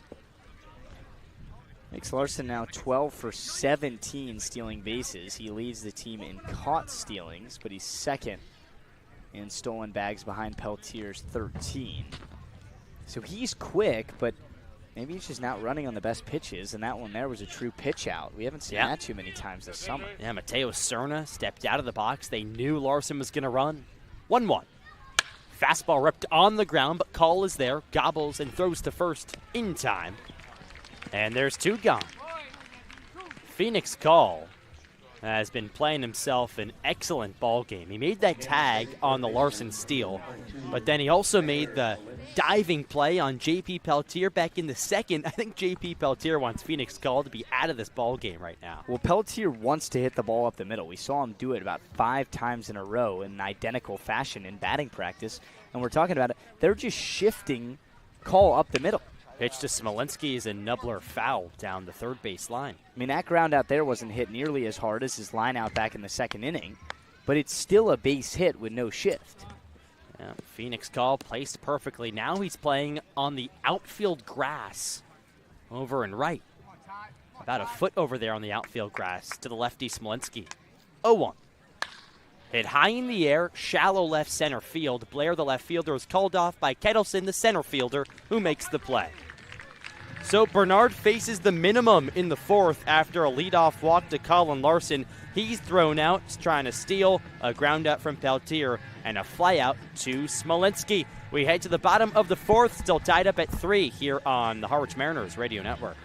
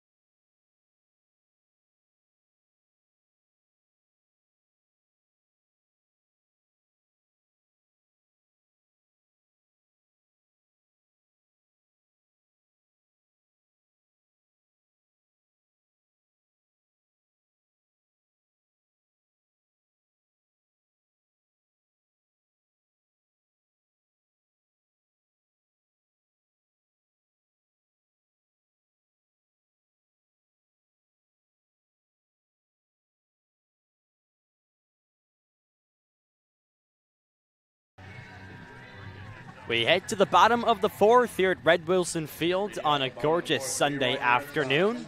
And we're tied up at 3 apiece between Harwich and YD alongside Luke Brenneman. I'm Milo Hoffman. It's still the starter Brady Miller on the hill for the Mariners, the tall lefty who stands at 6'4" out of Boston College. He deals to the lefty Lucas Franco. Pitch is outside with an off-speed. And the count's 1-0. It's 5, 6, and 7 in the YD lineup. Lucas Franco, then Mateo Cerna, the catcher, and Caleb Daniel, the DH. I will say, Milo, I'm a little bit surprised that he's out for the fourth because he pitched 1 inning on opening day. Sure, it was out of the bullpen, just the 9th inning, whatever, or 8th inning. But then he starts his last time out, goes 2 innings of no-hit baseball. 1-0 is chopped into the ground, first base line. O'Leary fields it in fair territory and steps on the bag in time. That was just a 7-hopper down the first base line, and O'Leary towed the chalk. He made the play in fair territory and was right next to the bag when he caught it and stepped on. So one quick out here for Brady Miller. But I'm not surprised because of the way he's pitched. He's still out there. It's just I thought he was on a pretty strict innings limit. When you pitch 2 innings of no hit, no run baseball, you get pulled out of the game. He deals to Cerna. Pitch is upstairs. It's 1-0. Yeah, if Brady Miller completes this inning, he would have pitched more in this game than he did all season combined heading into the afternoon. He's already done that, 3 1/3. 1-0's the count on the all-star catcher for YD. Miller fires home. Chopper slowly left side. Shortstop Castellon is there, gloves at the ankles, throws to first in time. And there's 2 quick outs. So 2 ground outs here to start out the 4th. And ever since that first inning, and really just the first couple of batters for Brady Miller, he has now retired 9 in a row of YD. First 3 batters of this ballgame reached. It was a single to Phoenix Call, a walk to Kettleson, and a hit by pitch to Jake Souders. And ever since then, just 1 base runner is reached. Pitch is a strike. So Caleb Daniel, the DH, on the outside corner. It's 0-1. He's kind of making it look easy, too. I mean, he doesn't put everything into every pitch. 0-1. Just missed outside. And it's 1-1.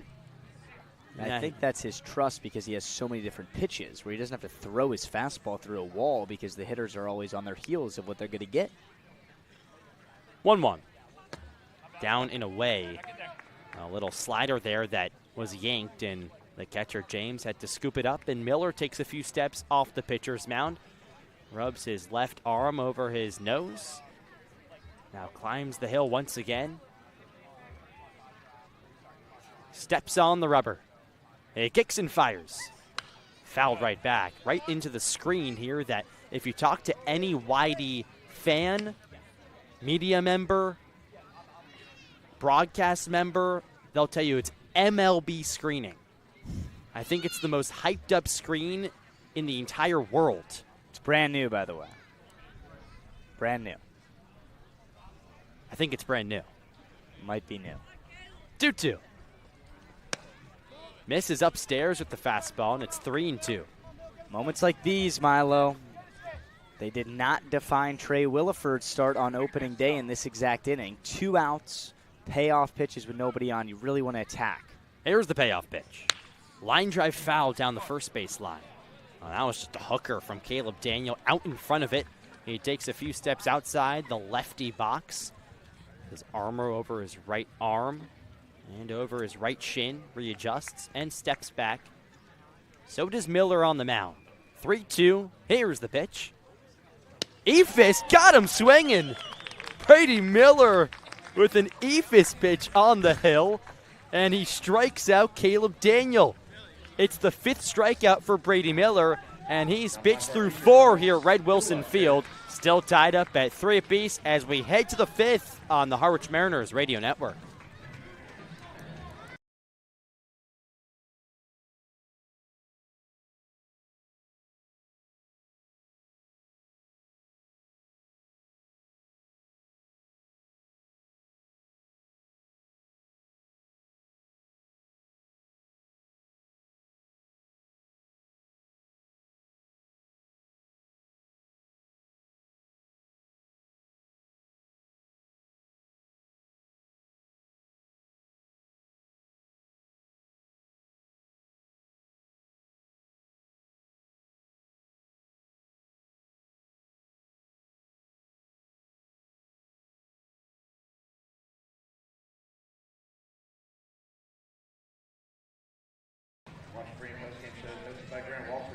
Back here, Red Wilson Field, and it's Mariners trivia time here as we start the top of the 5th.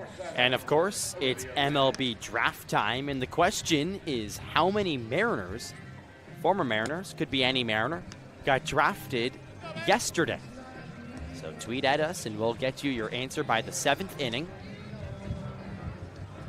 That last pitch, by the way, from Brady Miller, a 63-mile-an-hour Ephus. 63 miles an hour. Sometimes pitchers whip that out and it catches everyone off guard. And Miller definitely caught Caleb Daniel off guard. The lefty DH in the box. We start the top of the 5th here at Red Wilson Field. And it's still Nolan Bernard, the reliever, on for YD in his 3rd inning of work. And he deals to 4, 5, and 6 in the Mariner lineup, starting off with the righty DH Braden Jackson. So we just got the data on the inning-ending strikeout pitch from Brady Miller, 63 miles an hour. That's for sure an eephus. Never really see that unless it's a position player out there pitching, and Brady Miller had a smile as he walked back to the dugout. That was his 5th strikeout of the evening for the Mariner starter. Bernard kicks and fires. Fastball at the knees called a strike. And it's 0-1 now on Jackson, who's 1 for 2. A single back in the 1st, a chopper up the middle, and then he struck out swinging back in the 3rd. 0-1. Breaking ball outside, and Cerna, the catcher, has to slide to his right to catch that. 1-1. 3-3 the score. Mariners and YD. Wind picking up a little bit out to right field here at Red Wilson. There's the 1-1. A fastball downstairs. Jackson was taken all the way confidently. And it's 2-1. 4 innings pitch for the Mariner starter and Brady Miller. That's more than he had coming into the evening all season long. 2-1. Fastball fouled right back. And it's 2-2. Brady's really hung in there nicely. And you go 4 innings of 3-run ball against this YD team. Granted, he's only given up 2 hits, which I think is the most frustrating part. But you want to make them beat you. And some free passes early wasn't the case. But nonetheless, the Mariners have got those runs back and a chance to take their first lead here in the 5th. 2-2. Poked in the air to center. Kettleson's there. He camps under, only has to move a few steps, and he makes the one-handed grab for out number 1. Center field here at Red Wilson is about 380 feet to dead center. It's one of the shortest ballparks to center field. Now, the corners are a little bit different. 345 down the left field line and 340 down the right field line. So you got to lean into it to hit it out down the corners, but center is certainly doable. Here's the pitch to Kurland. Inside. Kurland had to duck out of the way a little bit on that fastball, and it's 1-0. I think there's a lot of hitters that can try and hit a home run to the pull side. It's really hard to try and hit a home run to center field. 1-0. Swing and a miss. Kurland with a home run hack there, and it's 1-1. So that would just be a perfectly timed pitch. That's any swing you want to have, whether you're looking for a base knock, a sacrifice, whatever it may be. It's like that perfect sound on MLB The Show. 1-1. A slider misses downstairs, nearly hit the dirt, and it's 2-1. I think Jackson Hotchkiss's liner yesterday might have been a perfect. That was laced out to right It was. center I mean, field. that was 2 ribby double if it wasn't ending the game. All he needed to do was bring home the 1 run, and he did. 2-1. A strike called at the knees, a breaking ball there from Bernard, and Kurland, not the biggest fan of the call, nods his head a little bit. And the count's 2-2. Here, 1 gone in the top of the 5th, tied up at 3 apiece between Harwich and YD. The 19-3-1 YD Red Sox. Harwich at 14-9. 2-2. Strike 3 called. Slider perfectly placed on the inside portion of the plate, and there's 2 gone here in the top of the 5th. Starting to get that feel in this one that now you combine for 6 runs in the first 3 innings, the scoring may slow down. There's a YD pitching staff that's #1 on Cape Cod. Harwich knows the importance of what this win could do, A, for their confidence, but B, to get them back in the hunt for the lead of the Eastern Division. Pitch to Castellon. He has a slider left way outside. I think we're going to see a lot of the best bullpen guys from this point on the rest of the way. Bernard's done a nice job. Miller's done a nice job. Harwich has not gone to the bullpen yet. Bernard kicks and fires. Slider clips the outside corner for a strike, and it's 1-1. Well, YD has the best bullpen to go to, a bullpen of a 2.02 ERA. That's by far the best in the Cape. They also average the most innings pitched per game. Here's the 1-1 offering.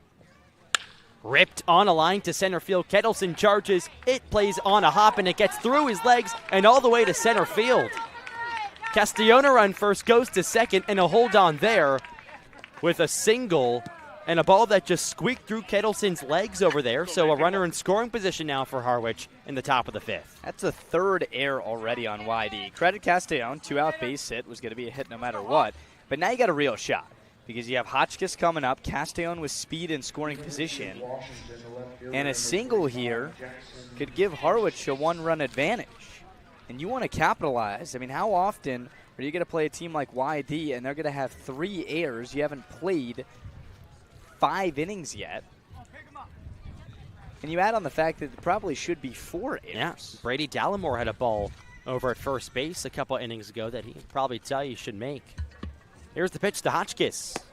Down low. So it's 1-0 on Hotchkiss, who is 0 for 1 today. He walked and scored in the second and then struck out swinging in the third. The first strikeout of the day, that was for Nolan Bernard, the reliever. 1-0. Shot foul right into or near the YD dugout down the third baseline. And it's 1-1. A big chance here for the Mariners to take their first lead of the ball game with Castellon off of second base after his single, and then he advanced to second on the error from Brock Kettleson, the center fielder. Long pause. And a slow move and a throw back to second base, and Castellon has to move about 2 centimeters to touch the bag. Hotchkiss was so animated after that walk-off last night. It's good to see because, like he said in the post-game interview to Milo, he's so calm on the outside. Kind of just looks like he's too cool to be careless. He's staying straight up in the righty box. The bat rests calmly along his right shoulder. Bernard fires. There's a strike on the outside corner. A fastball, and it's 2-2. I mean, look at him. Just kind of hanging out, baggy jersey. I like that long sleeve, rolled up look. He's got the high socks, armor over his left shin. Trying to come through here with Castellon on second. 2-2, 2 outs. Here's the pitch. Down in the dirt, and it skips by Cerna, the catcher, and all the way to the netting. Castellon moves up to third base. That ball was just spiked in the dirt about 58 feet, and Cerna had no chance at the backhand scoop, so now a runner on third for the Mariners. Hotchkiss is a guy where if he sees more pitches, the advantage goes to him. And he's once again in a full count. He likes to put the ball in play. He's only walked 5 times. He sees a lot of pitches out of the zone. Granted, he struck out 22 times. But he's a true hitter. He wants to do the damage on his bat. A .333 hitter with runners in scoring position this summer. 3-2. Just misses downstairs, and that's the second walk of the afternoon for Hotchkiss. And now runners on the corners for the Mariners, and the hitter and lefty Sean O'Leary is up. So much for that point I just made, because that was borderline and that was a great take. Hotchkiss, and he's doing it all right now. A pair of walks, has gotten on 2 times today. Sets up O'Leary again. O'Leary had that chance with 2 outs and 2 on in the third and ended up scoring a run, but it was an error on the third baseman, Manolfi. Bernard comes set, checks on the runners, and he deals to O'Leary. Down and in with an off-speed, and it's 1-0. Hotchkiss is probably going to go from first. He's stolen a base already without a runner at third. Castellon, a heads-up player at third. Advantage goes to the runner getting into scoring position here. Hotchkiss stole back in the second. 1-0. Ryan deep to left field. That down for a base hit. O'Leary comes in to score. It's an RBI single for Sean O'Leary. And the Mariners have taken the lead 4-3 here in the top of the 5th. How about that little 2-out rally from the M's? You get the hit from Castellon. He advances on the air. Hotchkiss a long at-bat for a walk. And O'Leary, after jumping ahead 1-0, was ready to hit a letter-high fastball. Shano, the left-handed hitter, continues to smash the ball the other way. And Harwich might not be done yet. Their first lead and still 2 on. And now it's the number 9 hitter, Sean James, first and second for the Mariners. Here's the pitch. Down in the dirt. Nice block by Cerna. He smothered that one. The new Alabama catcher back there for YD keeps both runners put. Cerner's a stud, and we've talked about it enough to acknowledge the importance of having a good catcher on any baseball team, especially out here in Cape Cod. It seems like so many pitches get away because of the movement and the curveballs. There's the 1-0. That's a strike on the upper half of the zone, and it's 1-1. And Sean James knows well he's a catcher. Starting catcher for the Mariners today, has spent time playing second base as well for Harwich this summer. A super utility infielder out of Mississippi State. There's the 1-1. Chop back to the pitcher Bernard. He gloves, runs to first, now underhand tosses to the first baseman Dallimore in time. And that does it here in the top of the 5th. But the Mariners bring home a run and now have the lead. 4-3, a Sean O'Leary RBI single as we head to the bottom of the 5th on the Harwich Mariners Radio Network.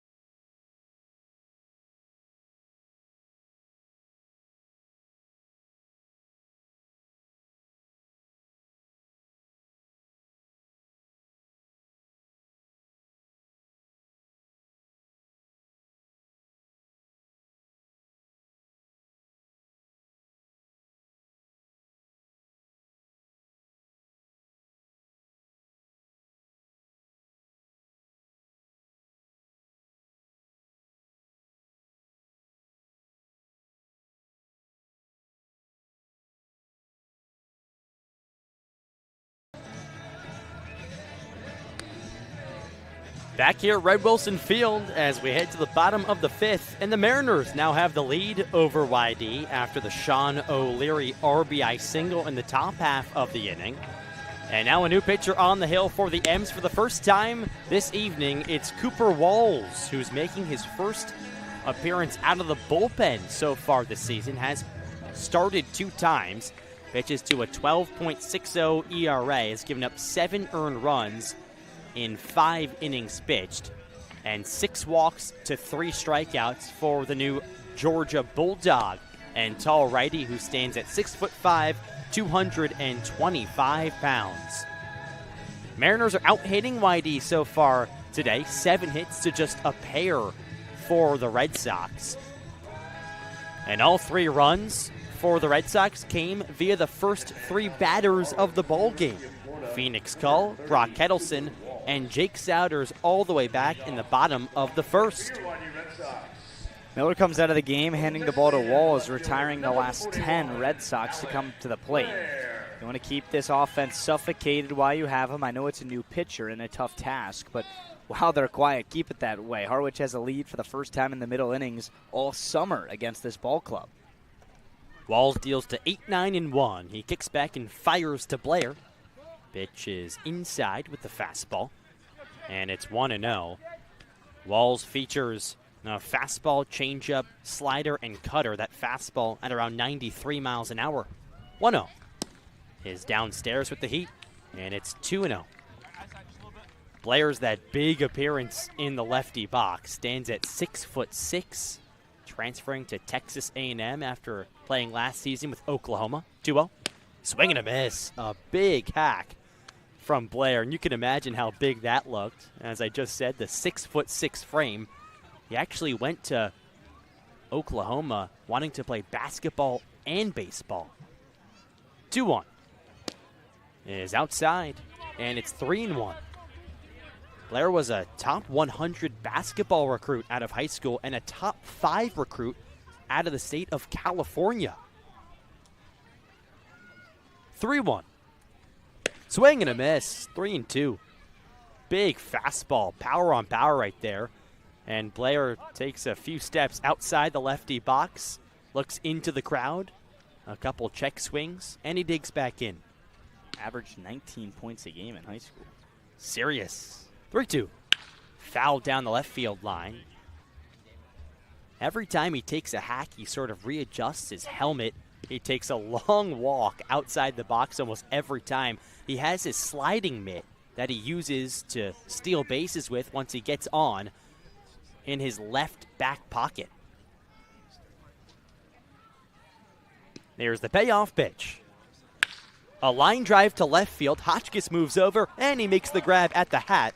And there's one gone. Really good play from Hotchkiss, one of those left-handed hitters that hits a line drive the other way, but the ball is hooking towards the line. So it's running further away from Hotchkiss, so it makes the run more difficult and especially hard to keep up with. And he was able to track it down, catch it about 4 head high. That's a big first out for Walls out of the pen. Line drive good enough for Blair to get a few high fives as he goes back to the dugout. Here's the pitch to Minolfi. A breaking ball just missed outside. It's 1-0 as Minolfi grabs some dirt outside the lefty box. Another lefty up for YD. Number 9 hitter in the Red Sox lineup. 1-0. Minolfi watches a pitch outside, a fastball that missed, and it's 2-0. Sun shining down here at Red Wilson Field. Wind has died down, as we can tell by the American flag out and left over the Red Wilson scoreboard. 2-0. Missed outside, and it's 3-0 now to Minolfi on a close pitch. But Anthony Latizo, home plate umpire, said no, no, no. Infield played straight up for the lefty hitting Minolfi. Here's the 3-0 pitch.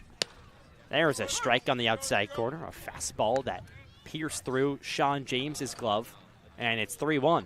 So the first 2 hitters Walls have seen have gone to 3-ball counts. That's going to be something he wants to clean up. He kicks back and fires home. Swing and a miss. 3-2 on a nasty slider inside.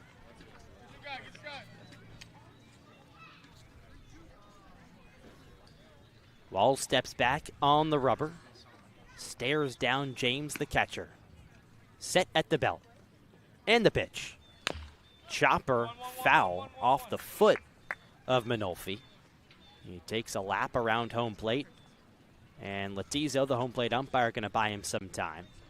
So the count's still 3-2 on the number 9 hitter in the Red Sox lineup. 4-3 Harwich over YD here in the bottom of the 5th. 1 gone. Last outing for Cooper Walls on the hill came on July 10th against Katuitt. He pitches home. Fouled right back. A good battle here from Minolfi. In that outing for Walls, he went 2 1/3. He started the game. 5 hits, 4 runs, and he walked 4 Ketelier's hitters.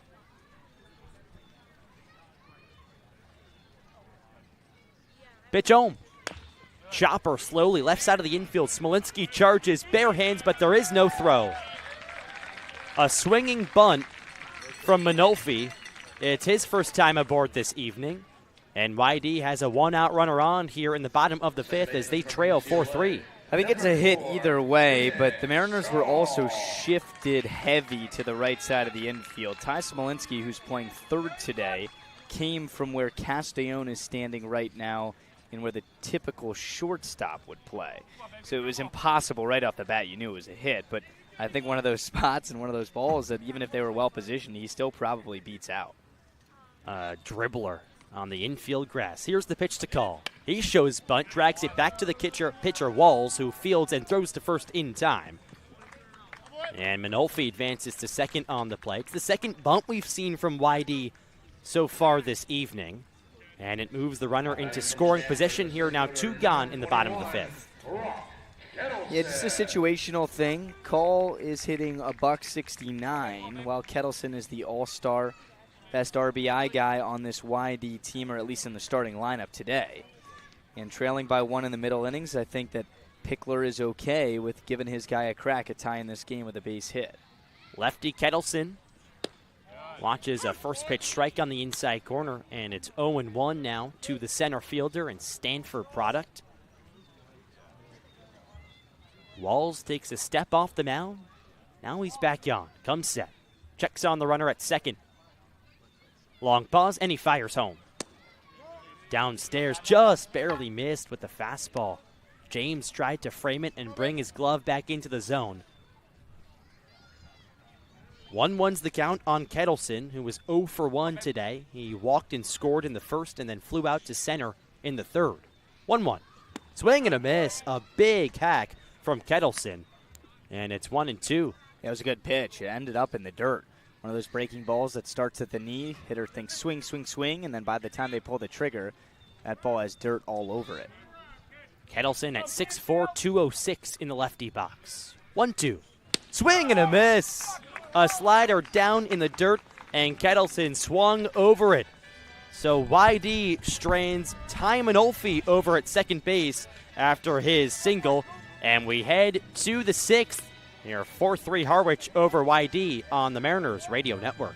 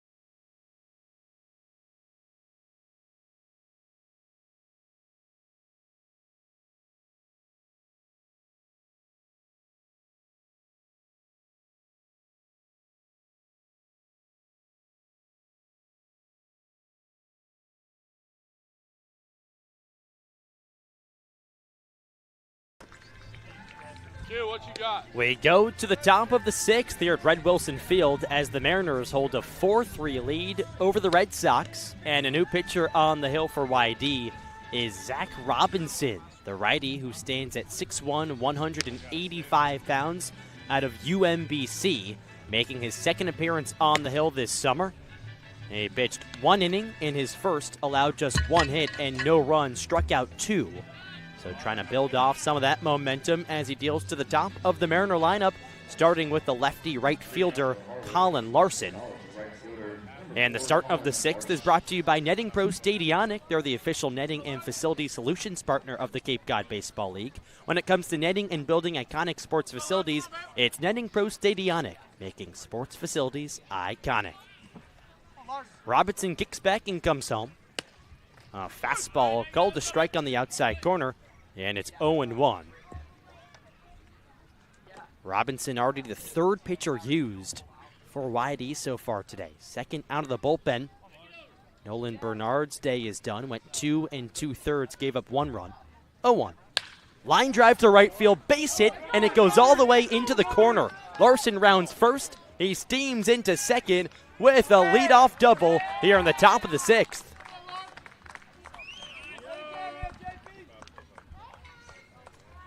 Colin Larson is coming for every crown on this team in statistical categories. He now leads the team in doubles.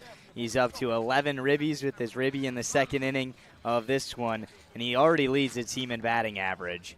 He does it night in and night out. He plays every day, and he's always on base. He's really kickstarting here, a chance to separate in the middle innings. The best guy at the plate to bring him home, J.P. Peltier, a team best 12 RBIs this season. Pitch to the righty is inside, and that clipped him on the left elbow. So J.P. Peltier hit by a pitch, and now Harwich has first and second with nobody out in the top of the sixth, and they're up 4-3 over the first-place Red Sox. A real chance here for the Mariners. You have one of the best hitters up on Cape Cod. Smolinski has seen the ball tremendously today. YD's get a mound visit right now, which is their infield, and the new arm Robinson. But Milo, we've seen Smolinski, and it's been a treat to be here for his 2 at-bats with the hits, where he's just jumped on pitches that it almost look like it's coming to him in slow motion. Those have been singles, but we know Ty. He's put 4 over the fence. We saw him hitting home runs in batting practice. And like I mentioned, after Larson's leadoff double, a chance to separate. They've swung it well with 8 hits. They're only up by 1. I'm not trying to over-respect YD, but they're 19-3. They come back. Yeah, they're going to have guys on base later in this game. They're the best team in the league for a reason, and they've had their number of comeback wins here this summer. Ty Smolinski trying to separate the Mariner lead here, like Luke just said. Already 2 for 3 today. Here's the Robinson pitch. Way upstairs with an off-speed. So 1-0 now to Ty. Last time they had a hit back in the third. He jumped on the first pitch. Call him T-Smo in the Mariner dugout. Runners off first and second, nobody out. Here's the pitch home. Missed outside, a fastball that crackled Cerna's glove. But about a couple inches outside the zone from Robinson, and it's 2-0. 4-3 M's, your top of the 6th, nobody out. And Smolinski, the lefty number 3 hitter in the Mariner lineup, is up. Here's the pitch. Hard hit to left field. That's slicing. Blair on the run. It's in the gap, and it goes all the way to the wall. Larson in to score. Peltier behind him. The throw from left is not in time. It's a 2-ribby double from Ty Smolinski. He keeps on hitting. And it's 6-3 Harwich here in the top of the 6th. You almost just saw it coming. 2 singles was all over everything today. And Ty saved the 2-bagger for when there were 2 on. How about the effort from Peltier? He rounded third and got turbocharged coming the last 90 feet. The play was close at the plate, but a head-first dive. Talk about breaking a game open. There's still nobody out, in Smolinski in scoring position for Jackson. And a chance to move Smolinski over for the Mariner cleanup hitter. He chops it on the ground, left side. Third baseman Manolfi's there, gloves and throws the first in time, and Smolinski stays put at second.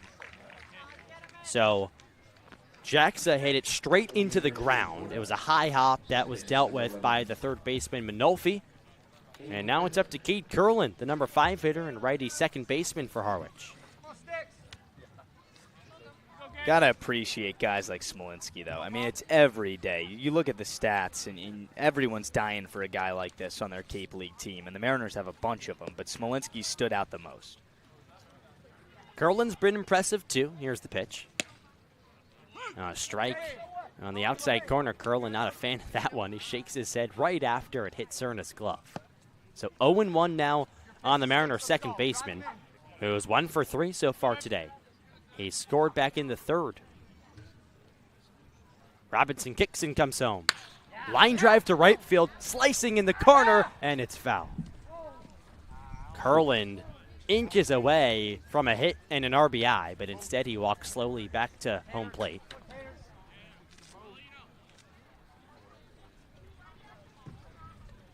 So when Larson doubled to start this inning, he took the team lead in doubles.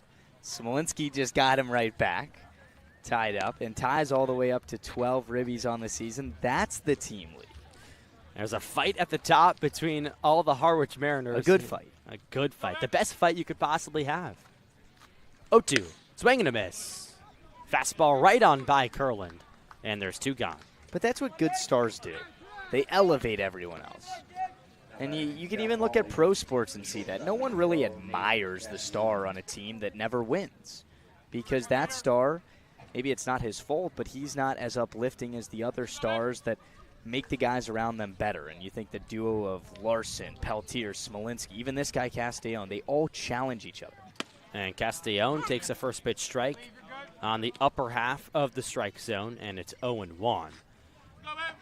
Iron sharpens iron. It's a good saying, and I think it's true for this Mariners team. 4 players in the starting lineup of the All-Star game on the offensive side. 0-1. Is outside, delayed steal from Smolinski. Throw from Cerna is in time. So Smolinski tried to delay steal, and Cerna was all over it, gunned him down, trying to swipe third, and that does it here in the top of the 6th. But the Mariners bring home 2 more runs and the big hit off of Smolinski's bat, a 2 RBI double to left center field. We head to the bottom of the 6th, 6-3 Mariners on the Mariners Radio Network.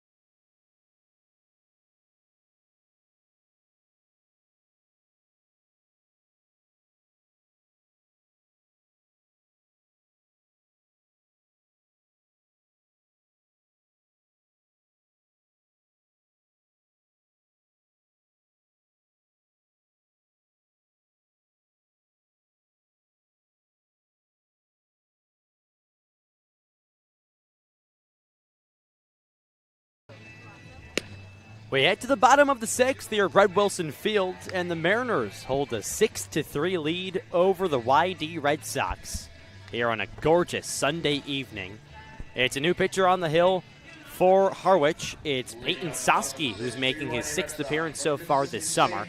Has pitched 8 innings, given up 8 earned runs, 12 strikeouts to 5 walks for Peyton Sosky, the Columbia product, who stands tall at 6'4", 230 pounds on the hill, the big righty. He deals to 3, 4, and 5 in the YD lineup, starting with Jake Souders. Pitch home. A swing and a miss from the righty right fielder. It's 0-1. Sosky has been very good as of late. It's a big spot. It's just the 6th inning. You're up by 3 on an opponent in your division. You want to hold on and win. Sosky fires. Breaking ball misses outside, taken all the way by Jake Souders, who is 0 for 1 today. He was hit by a pitch back in the 1st and came around to score, and then he grounded out to shortstop in the 3rd. Here's the 1-1 delivery. Way downstairs, a fastball that was yanked out of the Sosky's hand. So it's 2-1.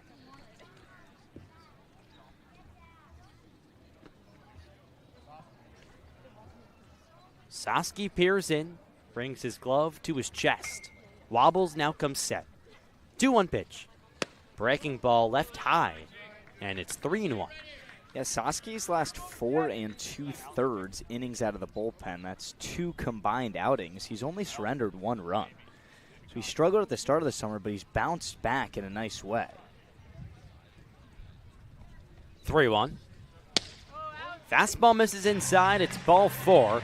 And a walk for Jake Souders, his second time aboard this evening. And the leadoff man aboard for the Red Sox as they trail 6-3 here in the bottom of the 6th. And you never want to do that. Come in and walk the leadoff guy, especially with the heart of the order up right now. And here's Tommy Gooden, who came in this game as a defensive sub. He may be the best hitter on Whitey. Tommy Gooden is an all-star for this Whitey Red Sox team. From the lefty box, playing first base now. As Luke mentioned, he came in as a defensive replacement for Brady Dallimore. Pitch is a ground ball right side, could be 2. Curlin flips the second one, relay to first in time. 4-6-3 double play for the Mariners, and just like that, there's 2 gone here in the bottom of the 6th. Nate Castellón at short, showing he's got a little bit of juice in that throwing arm. That was a slow turn because Curlin made the smart play just to pitch it instead of throw it and get it there quicker. It was just too short of a distance. Castellón had to wait for it. He was flat-footed, but his top half, he turned it and slingshotted it in time to turn 2.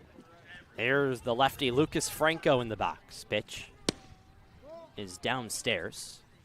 It's 1-0 now on the shortstop out of TCU, who was 1 for 2 today, a single in the first, and then he grounded out to first base back in the 4th. With that wide stance in the lefty box. 1-0. Off speed, pours in for strike number 1. Scott Pickler, the Whitey skipper, is just prowling around their dugout. He's walked in front of it, outside of it. Now he's all the way in the back of it. Getting a little antsy over there. Very. 1-1. That hit him. It hit Franco on the right foot, and on the front right foot, he steps in his stance pretty much on the line in the front of the batter's box, and that's where it plunked him. So a 2-out runner aboard now for the Red Sox here in the bottom of the 6th. They trail 6-3. It's Mateo Cerna now, the lefty catcher, as home plate umpire Anthony Letizio is staring into the YD dugout. And it looks like they're going to grab a new thing of rosin. So a new rosin bag for Peyton Sosky on the hill. It's a relay. Oh, and the throw from Anthony Letizio was a blooper, and it fell short of Sosky. And now Letizio has his hands up, saying, yeah, that was my fault.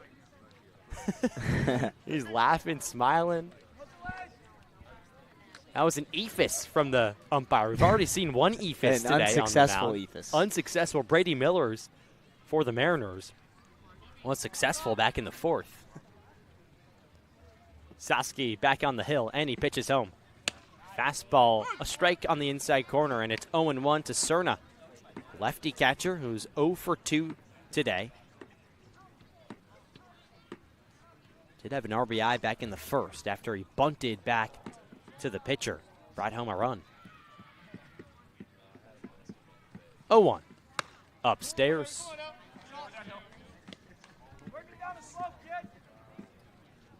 Cerna is one of the captains, it seems like, on this YD team. Obviously, a catcher is very vocal, but he's playing a complete ball game tonight. Has that bunt RBI. He threw out Smolinski trying to steal third in the last inning. 1-1. High and wide with an off speed that had little break, and it's 2-1.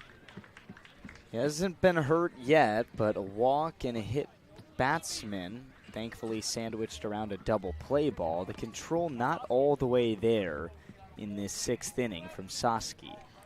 Double play ball is looming large right now. 2-1. Line drive to right field, base hit for Cerna. Franco advances to second on the play. Just a scorcher off the catcher's bat. And there's 2 on now with 2 out in the bottom of the 6th. Harwich leads 6-3. All right, so here's a chance for YD. Daniel has 10 ribbies on the season. He's kind of made a living out here this summer in spots like this. 2-out RBI chances. Doesn't hit all too well for average, a .212 hitter. YD's the best team on the Cape with a .335 average with runners in scoring position. A big spot here for the lefty Daniel. There's the Sosky pitch. There's a strike on the outside corner, a backdoor off speed.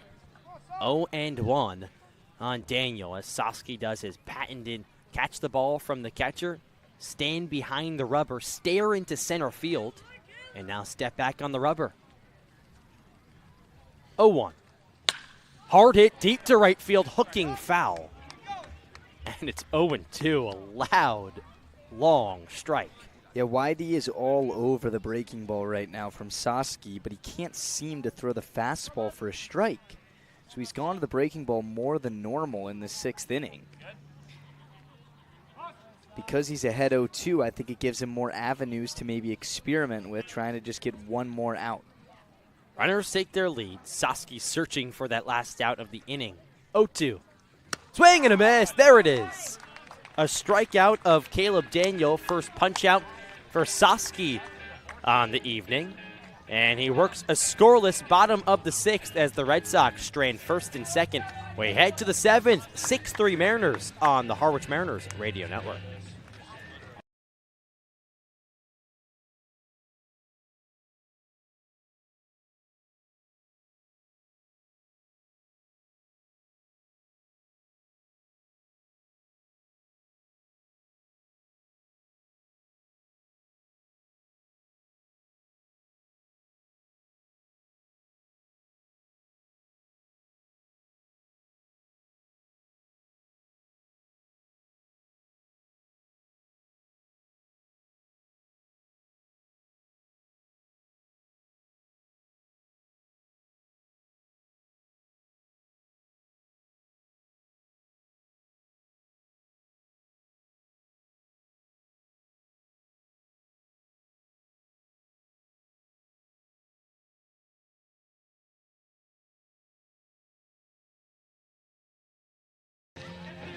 Back at Red Wilson Field here for the top of the 7th.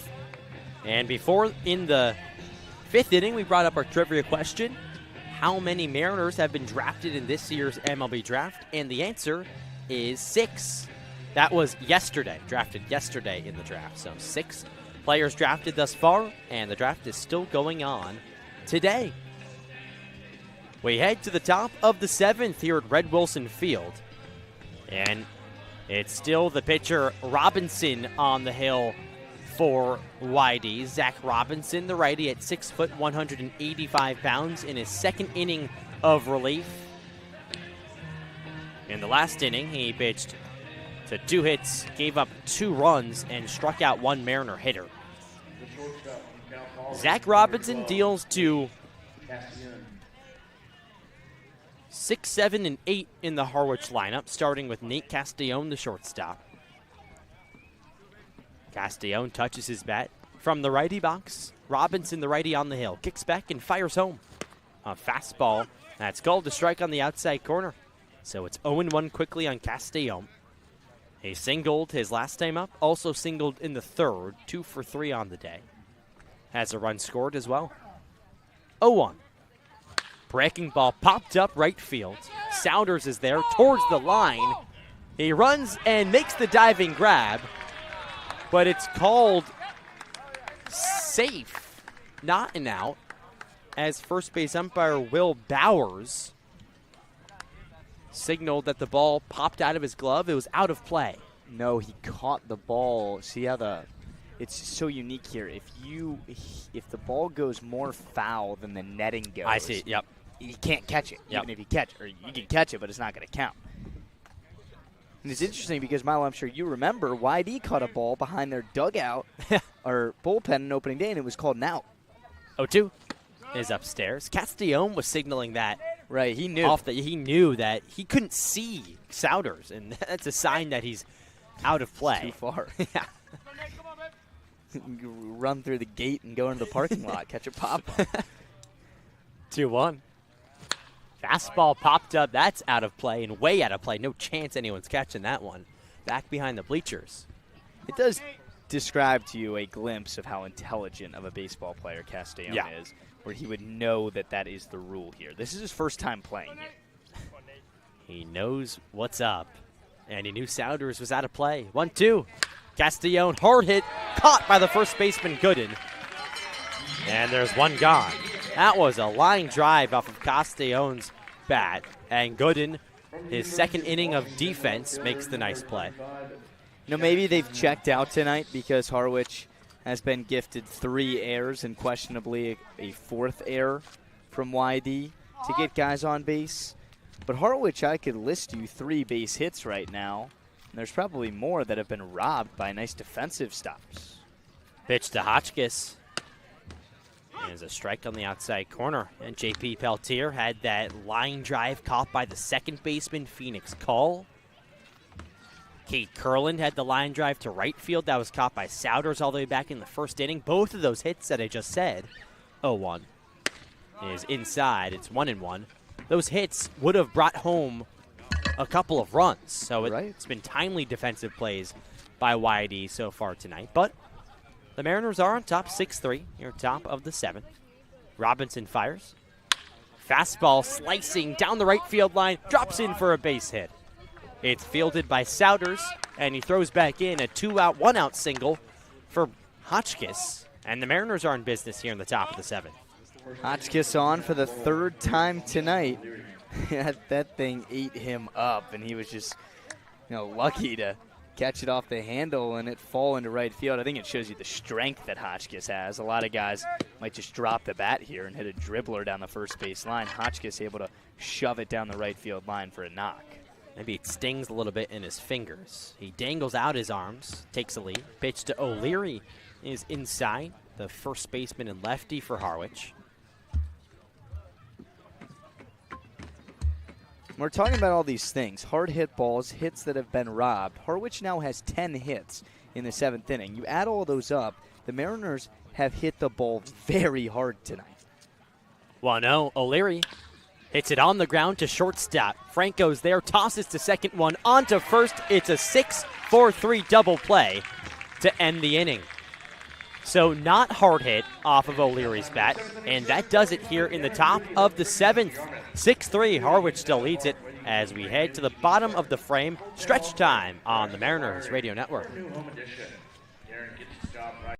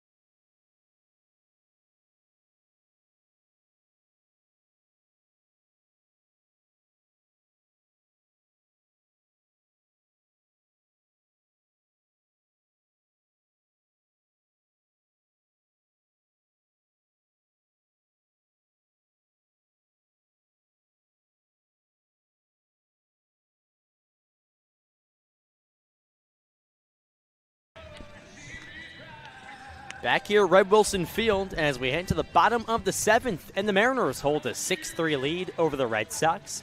It's still Peyton Soski, the reliever for Harwich, on the hill for his second inning of relief. His first came the inning prior in the 6th, an inning, 1 walk, 1 strikeout, and no runs given up. He deals to 8-9-1 in the YD lineup, starting with the tall 6'6" left fielder and lefty Alec Blair. Soski wobbles, now he comes set. He fires. Popped up, foul down the left field line. It's 0-1, and just from the limited time I've seen Blair, He's got some pop. The sound off of his bat is just a crack, and it pierces here at Red Wilson Field. Last time up, he hit a hard, loud line out to Hotchkiss in left. Here's the 0-1. Swinging a ground ball right side. Second baseman Curlin there. Plays it on a few hops. Throws to first in time. And there's one gone. I think tonight has maybe made Mariner fans, and I think it should make Mariner fans appreciate Harwich's defense this summer. And I say that because Curland has played 4 years of college baseball and has made 3 career errors, which is unbelievable to think about. But there are just routine plays that always get made. Yeah, I mean, he does and all the YD little has things. 3 errors tonight, and it might cost them the game. Here's the pitch to Manolfi. Inside, Manolfi gets out of the way. Manolfi today has 2 errors over at third base. And like Luke just said, a big reason why Harwich is out in front 6-3 right now. Soski, the righty on the mound. Lefty Manolfi in the box. 1-0. Bounced slowly right side. O'Leary, first baseman, charges. Throws to the covering Soski, who steps on the bag in time. And there's 2 gone. That's a great play. O'Leary, head of steam, charging towards the pitcher's mound, fields the ball moving that quickly, and is able to do a complete 180 turn and throw the ball with his momentum going the other way to a covering 6'5" Soski, who catches the ball on the run. I mean, these are plays that seem routine and it's ho-hum when there's 2 outs and nobody on, but if that runner reaches and then you put one in the gap, Whitey's right back in this game. Here's the pitch to Call. Breaking ball called to strike on the outside corner. Yeah, O'Leary charged that ball, and he knew it was going to be him to field it, and then pivoted, and like Luke said, threw off balance to Soski. 0-1's the count on the leadoff man and righty Call. There's the offering. That misses upstairs with a breaking ball, and it's 1-1. 6-3 Harwich over YD here, bottom 7, 2 gone. Mariners trying to win back-to-back games after losing their 3 prior contests. There's the 1-1. Hit on a hop to shortstop. Castellon is there, fields, throws off balance high, and it pulls O'Leary off the bag. So a single for Call. It's his second single of the evening. The center fielder from Stanford, number 21. What a leap by O'Leary to save that ball from going in the Harwich dugout. It would have been at least another base for Phoenix Call. I mean, nice play from Castellon, the pirouette, but for the second time today, he's thrown the ball too high doing the spinning throw. If you can't make it, you'd rather just put that ball in your pocket. Yeah, Castellon is athletic over there, trying to show off his skill. Pitch to Kettleson is a check swing and a ball in the dirt, and he went around. So it's 0-1 now in the lefty center fielder. He's 0 for 2 tonight. A walk in the first and a run scored. But since then, a fly out to center in the third and a strikeout in the 5th. Soski brings his glove to his chest, checks on Call at first. Here's the 0-1. Swing and a miss. 0-2, a slider that fooled Kettleson on the inside portion of the plate. Soski turns around on the rubber, now flips back his attention to home. Comes set. Here's the 0-2. Downstairs, a nice take by Kettleson. It looked like he was going to budge, but then pulled back.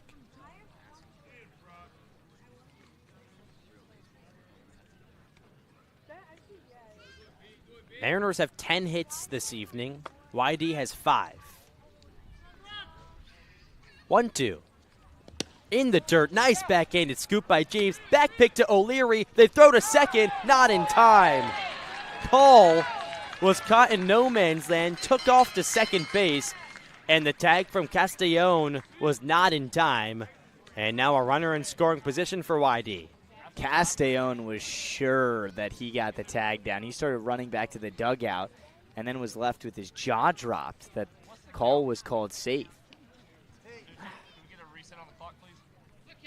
Asking for a reset on the pitch clock, Hunter Dilworth, the Mariners pitching coach.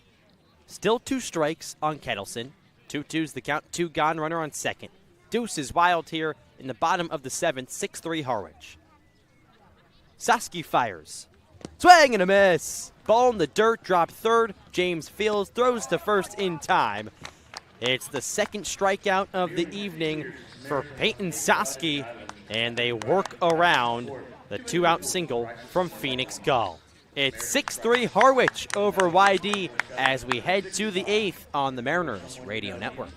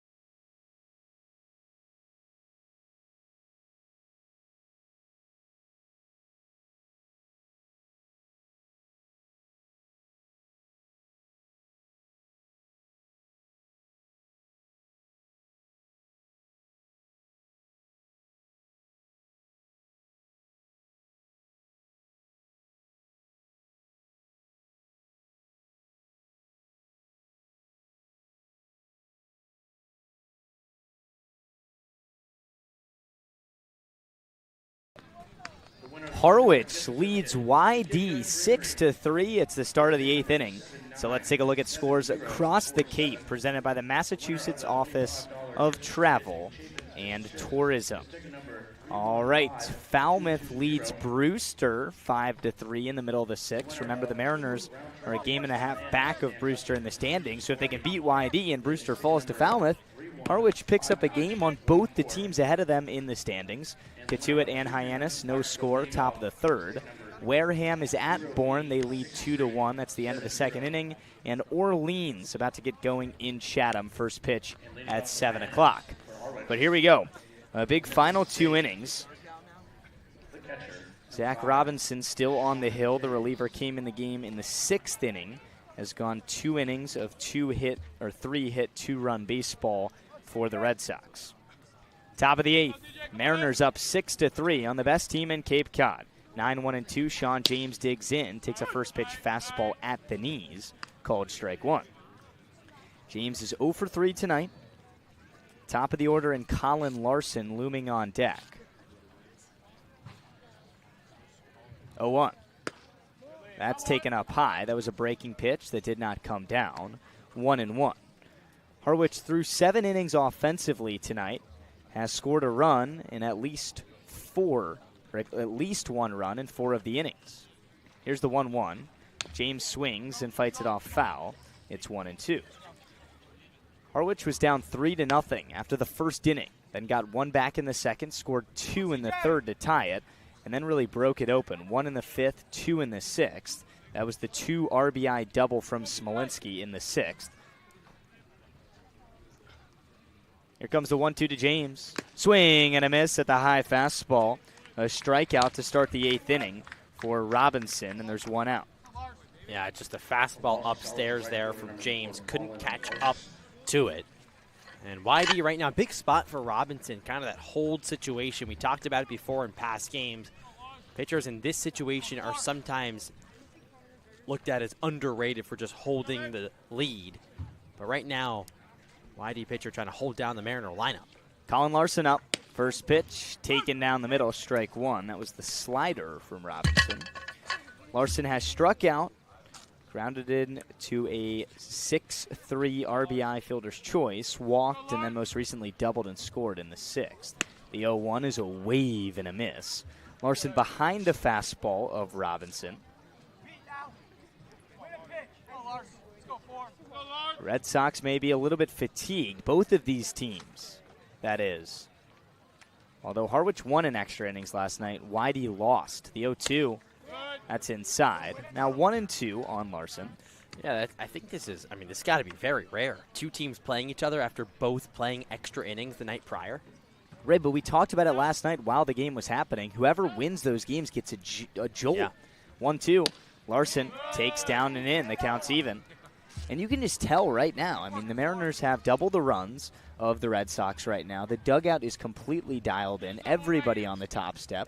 The coaching staff barking out orders. They know the importance of getting on a win streak here. Beating YD, the 2-2. Larson fights it off into the netting. That's foul. The margins are so thin in the game of baseball, but when you come out here and everybody has all the talent that they can find, YD has been the best team. There's no way around it. 19-3 for record. 2-2 to Larson again. Swing and another foul. Colin Larson is a grinder at the plate. Every single at-bat, he puts on a battle. This next pitch will be the 7th pitch of the AB. You know, I think I've got my Colin Larson comparison. I'm a Yankee fan, but I'm going to go with Brett Gardner. Ooh, I like that a lot. And I think they're very similar in stature. They kind of got that attitude about him. The 2-2 just off the plate away. The count goes full on the Mariner leadoff man Larson. Peltier on deck. Larson steps back into the box. A long at-bat with Robinson. Here's the payoff pitch. Outside ball 4. Colin Larson is inevitable. If you're going to get him out, you're going to have to work, and it's not an easy task. That's his 17th walk of the summer. That leads Harwich. Yeah, just competitive at-bats galore for him, and you expect it at this point. You expect it from him every single time. And he's been successful tonight. Second walk of the evening, third time on. Peltier up. Speed off of first, 1 out. Harwich up 6-3 in the top of the 8th inning. First pitch, a pitch out. Larson was about halfway down the line, but scurried back to the bag. No throw. 1-0. You'll take the pitch out, especially a guy like Peltier. If Larson's not running, just automatically puts you ahead in the count. Maybe you get something to do some damage with. From the stretch, Robinson, the 1-0. Check swing at the high fastball. Peltier did not go. It's now 2-0. Pitching coach for YD that has sparked this sensational staff this summer, Eric Beatty. And the longtime skipper Scott Pickler is who got Beatty. They had Michael Stanford last year who did a nice job too. Lead the league with the lowest ERA. Check on Larson. He's back with a dive, right hand first. But I say that to give credit to the Mariners. How about 10 hits tonight, 6 runs? It's been the bats that have come alive after being quiet for 5 consecutive nights. 2-0 pitch. Popped up, headed towards us. That's out of play over the netting into the seats. Look out. 2-1 now on JP. After last night's win, Harwich won 3-2. That was the 5th consecutive game for the Mariners where they had not scored more than 3 runs. Yep. Well, you can throw that streak out the window because they've got 6 tonight and a 3-run lead. 2-1, Larson goes. Pitch called a strike, throw to second, too high. Larson steals his 13th base of the summer. That ties Peltier for the team lead. And the M's have a man in scoring position with just 1 out here in the 8th. And Peltier now tied at the top with RBIs with Smolinski, has a chance to bring home a big run. Peltier. And another long at-bat here with the reliever Robinson in the 8th. Here comes the 2-2. In the dirt low, the count goes full for the 2nd consecutive Mariner. You can tell that Harwich understands they need more. Yep. Never have enough in this sport, especially of a team of this caliber. On the road. Larson off a second. The payoff to Peltier. Swung on, dribbled foul, third base side. And you think that if Peltier can somehow find his way to get on, you have Smolinski on deck, who's been red hot. The last time Smolinski was up with Peltier and Larson off of first and second, he brought them both in with a double to left center field. Larson at second now. Peltier in a full count with just one out in the 8th. Robinson, a pause. And the payoff. Swing, and Peltier fouled it into his left leg, and he's limping around. That bat is broken as well. That was the 7th pitch of the at-bat, and JP needs a new bat to finish his AB. He gets it from Smolinski, but he keeps walking into the dugout with a limp. He's going to throw some pine tar on it. Yeah, he's got himself a new bat, and he's limping. Can't feel too good. JP's a tough kid.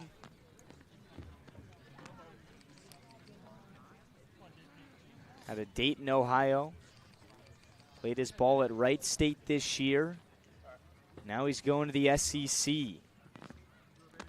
To Kentucky. Not too far from home. Just about 3 or 4 hour drive from JP. He's stopping here on Cape Cod first. He's had a nice summer. He leads the team and runs batted in. Long at bat, 3-2 again. Fly ball, foul. There's going to be a 9th pitch in this at bat. The Mariners are really making Robinson work on the hill.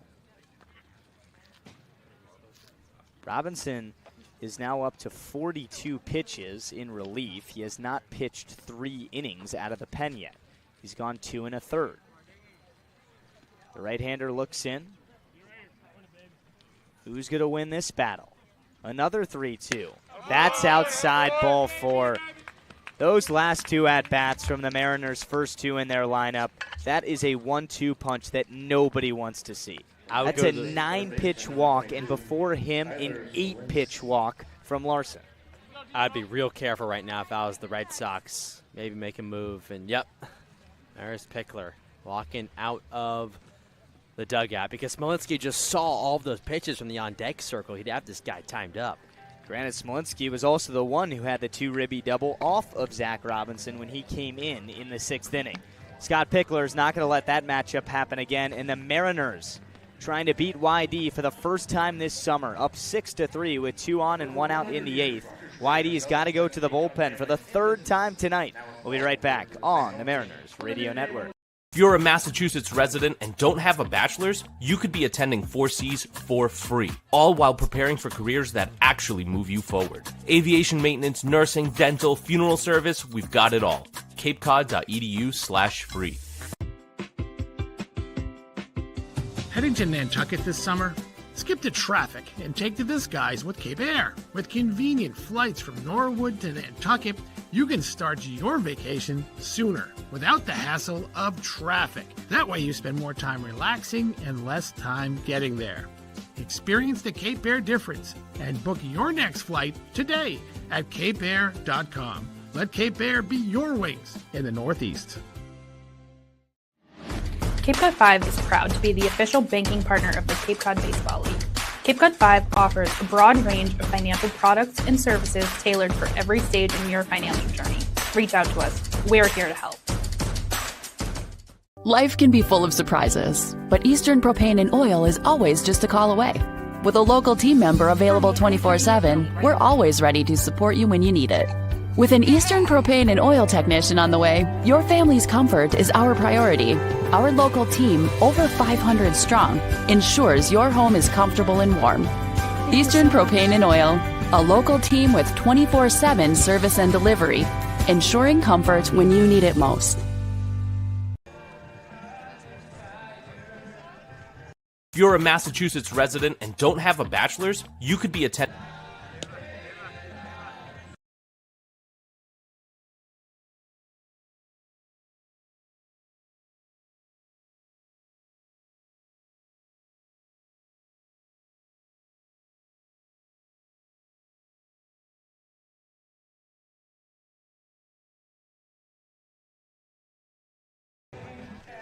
A chance for Harwich to run away with it in the 8th inning. The Mariners lead the league-leading YD Red Sox. Just 2 losses. We're in game 24 this summer, 6-3. Top of the 8th, Ty Smolinski is up to the dish for the Mariners. He has 3 hits in the game with runners at first and second and just 1 out. Scott Pickler brings in the left-hander Cameron Tepper out of the bullpen to set up a left-on-left matchup with Smolinski. Tepper out of Cal Baptist pitched 46 innings to a 4.86 ERA at school. First pitch to Ty. Breaking ball goes over his head. He had to duck, and he's saying it hit his shoulder. Smolinski had to tell the home plate umpire that. He agrees, and the bases are juiced with 1 out as Smolinski takes first.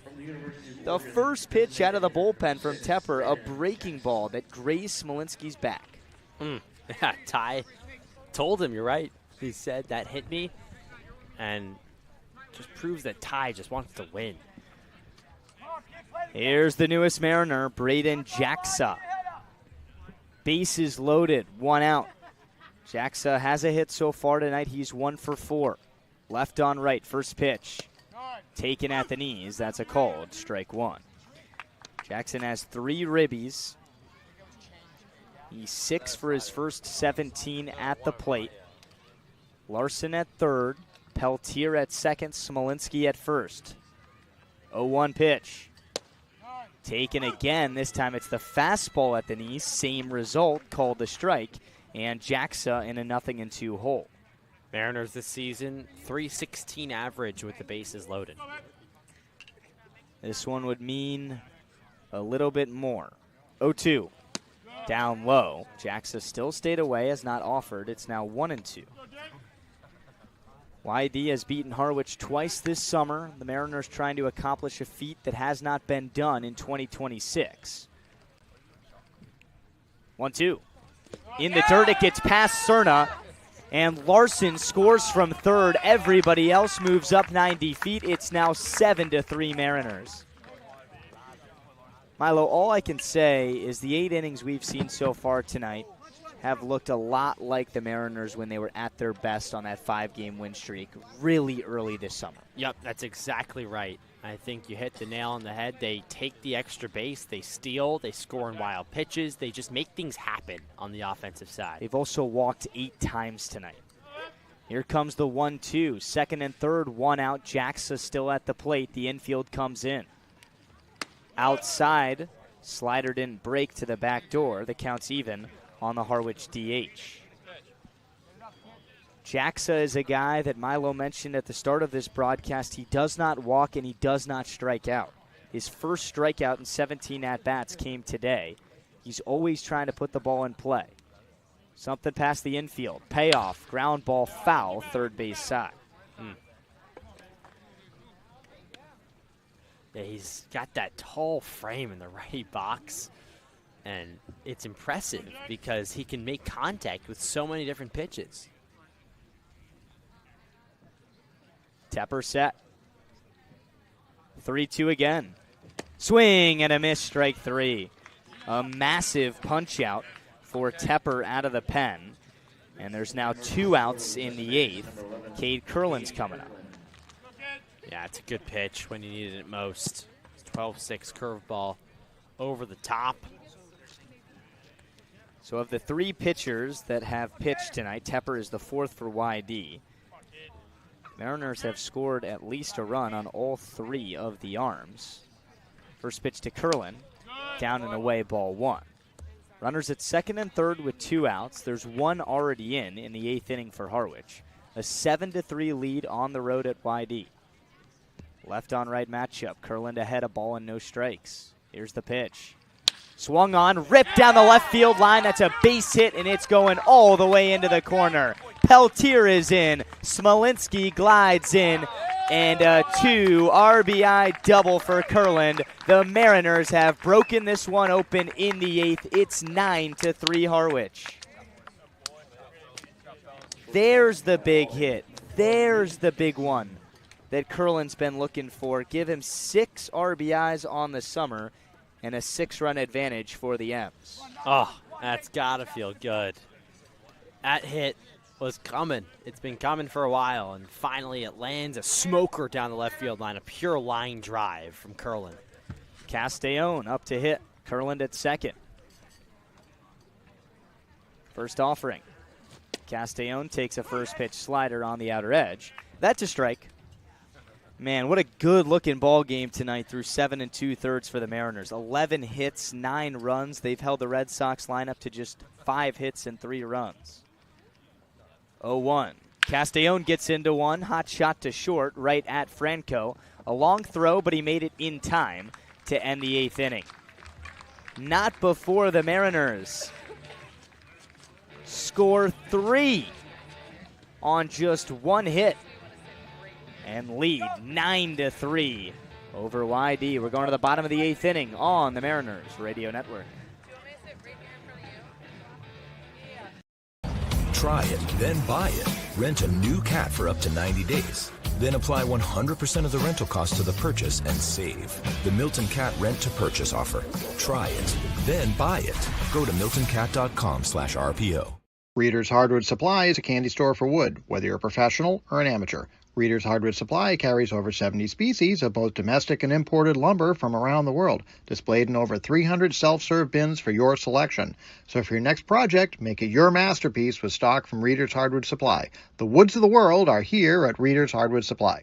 If you can dream it, if you can cruise in it, if you can summer in it, fish from it, or take it for a day at the beach, we can protect it. The Baldwin Group. Protecting the possible.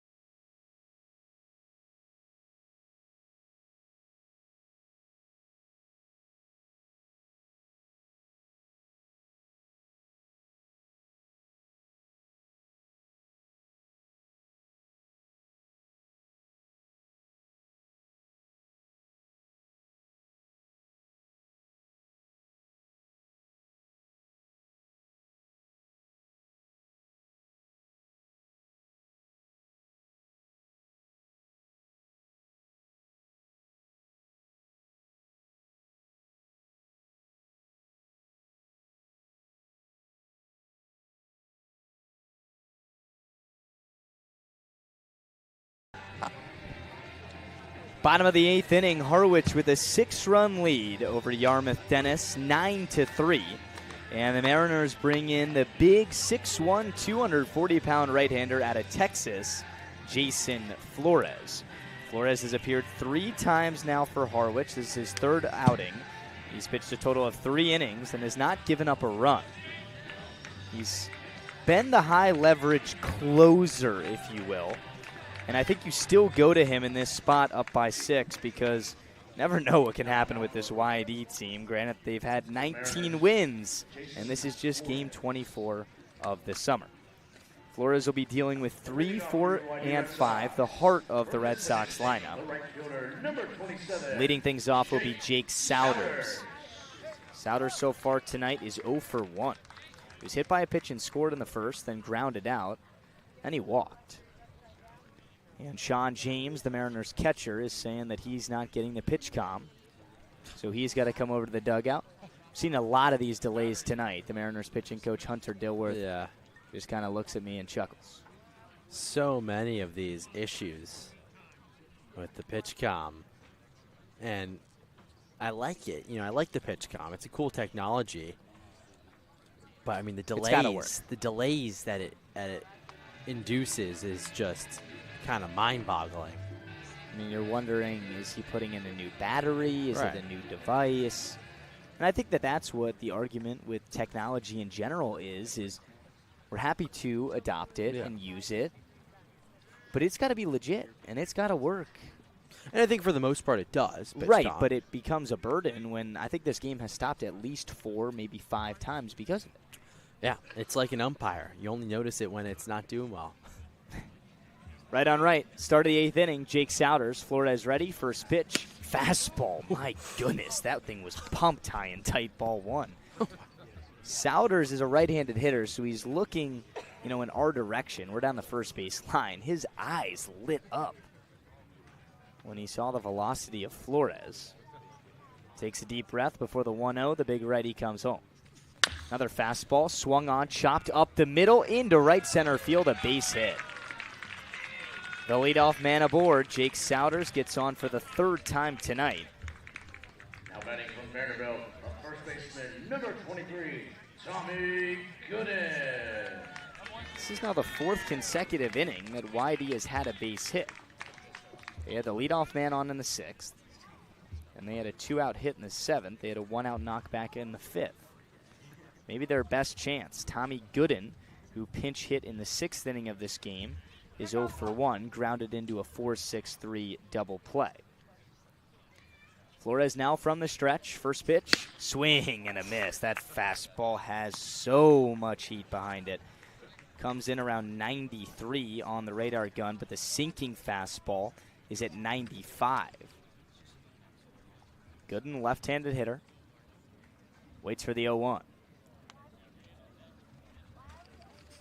Ground ball. Kurland at second has it. The pitch to short. Another double play. It's 4-6-3 again. And it clears the bases. There's 2 outs with nobody on for Lucas Franco. That's a tough pinch hit night tonight for Tommy Gooden. 0 for 2, and he's forced 4 outs. 2 4-6-3 double plays for Gooden. I mean, credit to the Mariner defense. Positioned perfectly. Here's Franco. It's been all Harwich tonight. A 9-3 lead on the road in the bottom of the 8th. Flores just induced the double play. First pitch, fastball way outside. James caught it. It's 1-0. Gorgeous night tonight. It was steaming hot when we got here. 81 degrees for first pitch at 4:30. Now it's down in the low 70s, a little bit more of a breeze. The sun has set behind the press box to our left. And some nice shade on the field. 1-0. That goes all the way to the backstop. Flores might be, trying to throw his arm off right now. It's 2-0. Yeah, that one, just going to say, lucky there's a fence here. Screen, netting.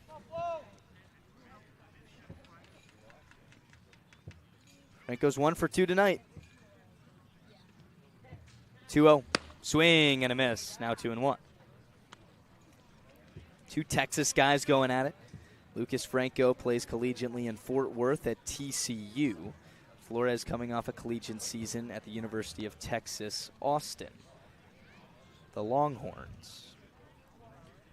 Flores.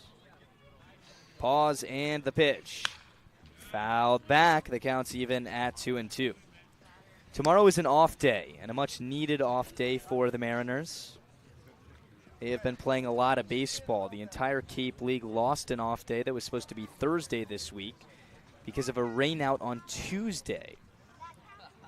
So there's been consecutive contests from Wednesday all the way to Sunday. 2-2. Down and in. The count goes full on Franco. And then a big stretch for the Mariners starting next week. Be back at home on Tuesday against Brewster. Another meeting with the Whitecaps. They're 2-1 against Harwich this summer. For now, the payoff pitch. Swing and a hot shot to second, but Kurland gobbles it up and fires to first. 1 hit, yet Jason Flores retires the minimum in a scoreless 8th inning. Harwich leads by 6. We're going to the final inning tonight on the radio.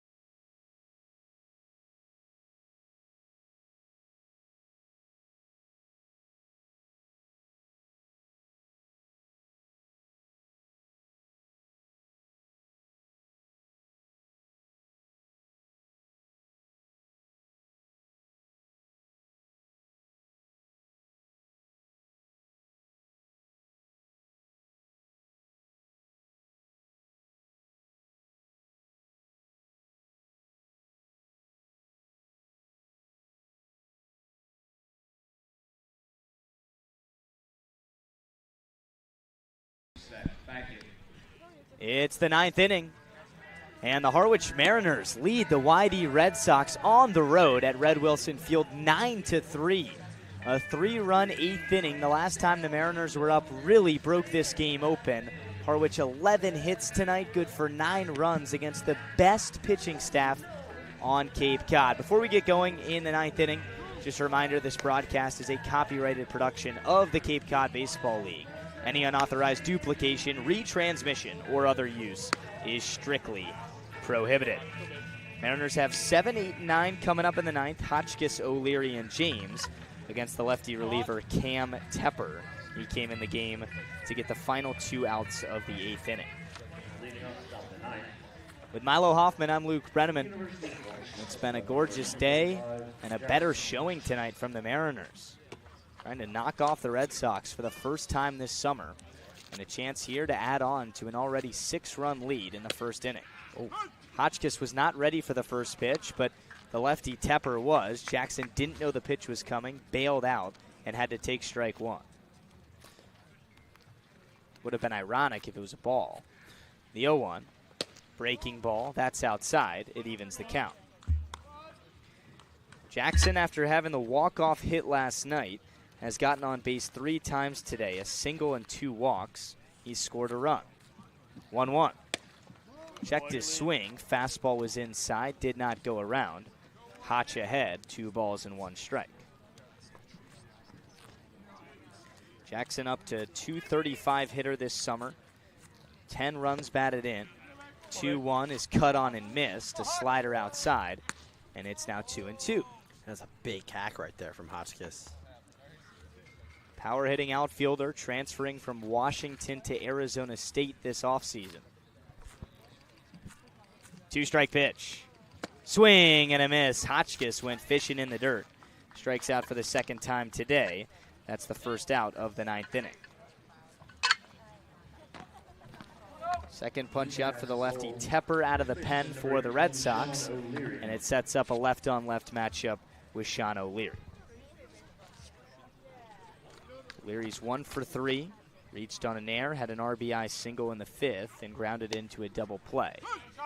Shano takes a first pitch fastball, called a strike on the inner part. 0-1.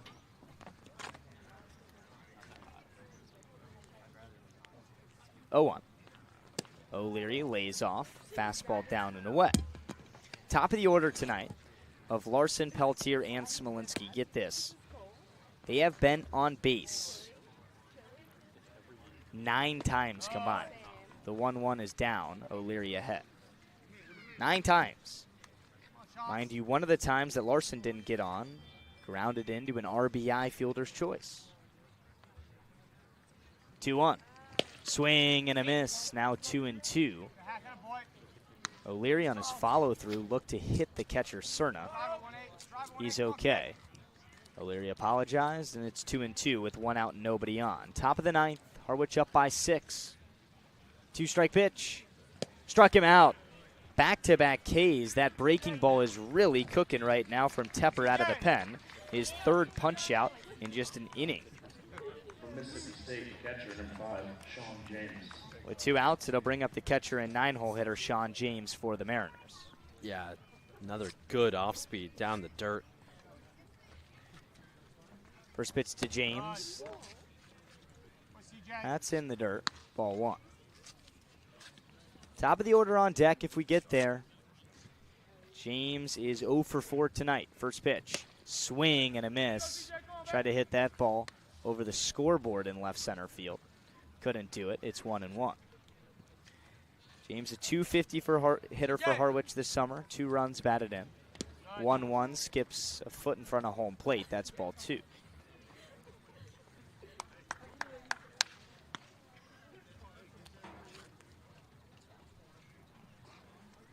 Of the Mariner hitters in the top 3 that I pinpointed, got on 9 times tonight.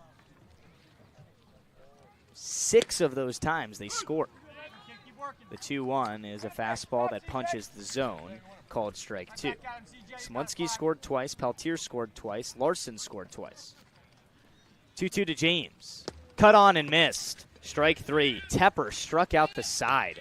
That slider was the punch-out pitch for Hotchkiss, O'Leary, and James. But the Mariners are 3 outs away from getting the last laugh on the road at YD tonight. They lead by 6. YD trying to keep us up late at Red Wilson Field with a comeback. When we come back on the Mariners Radio Network.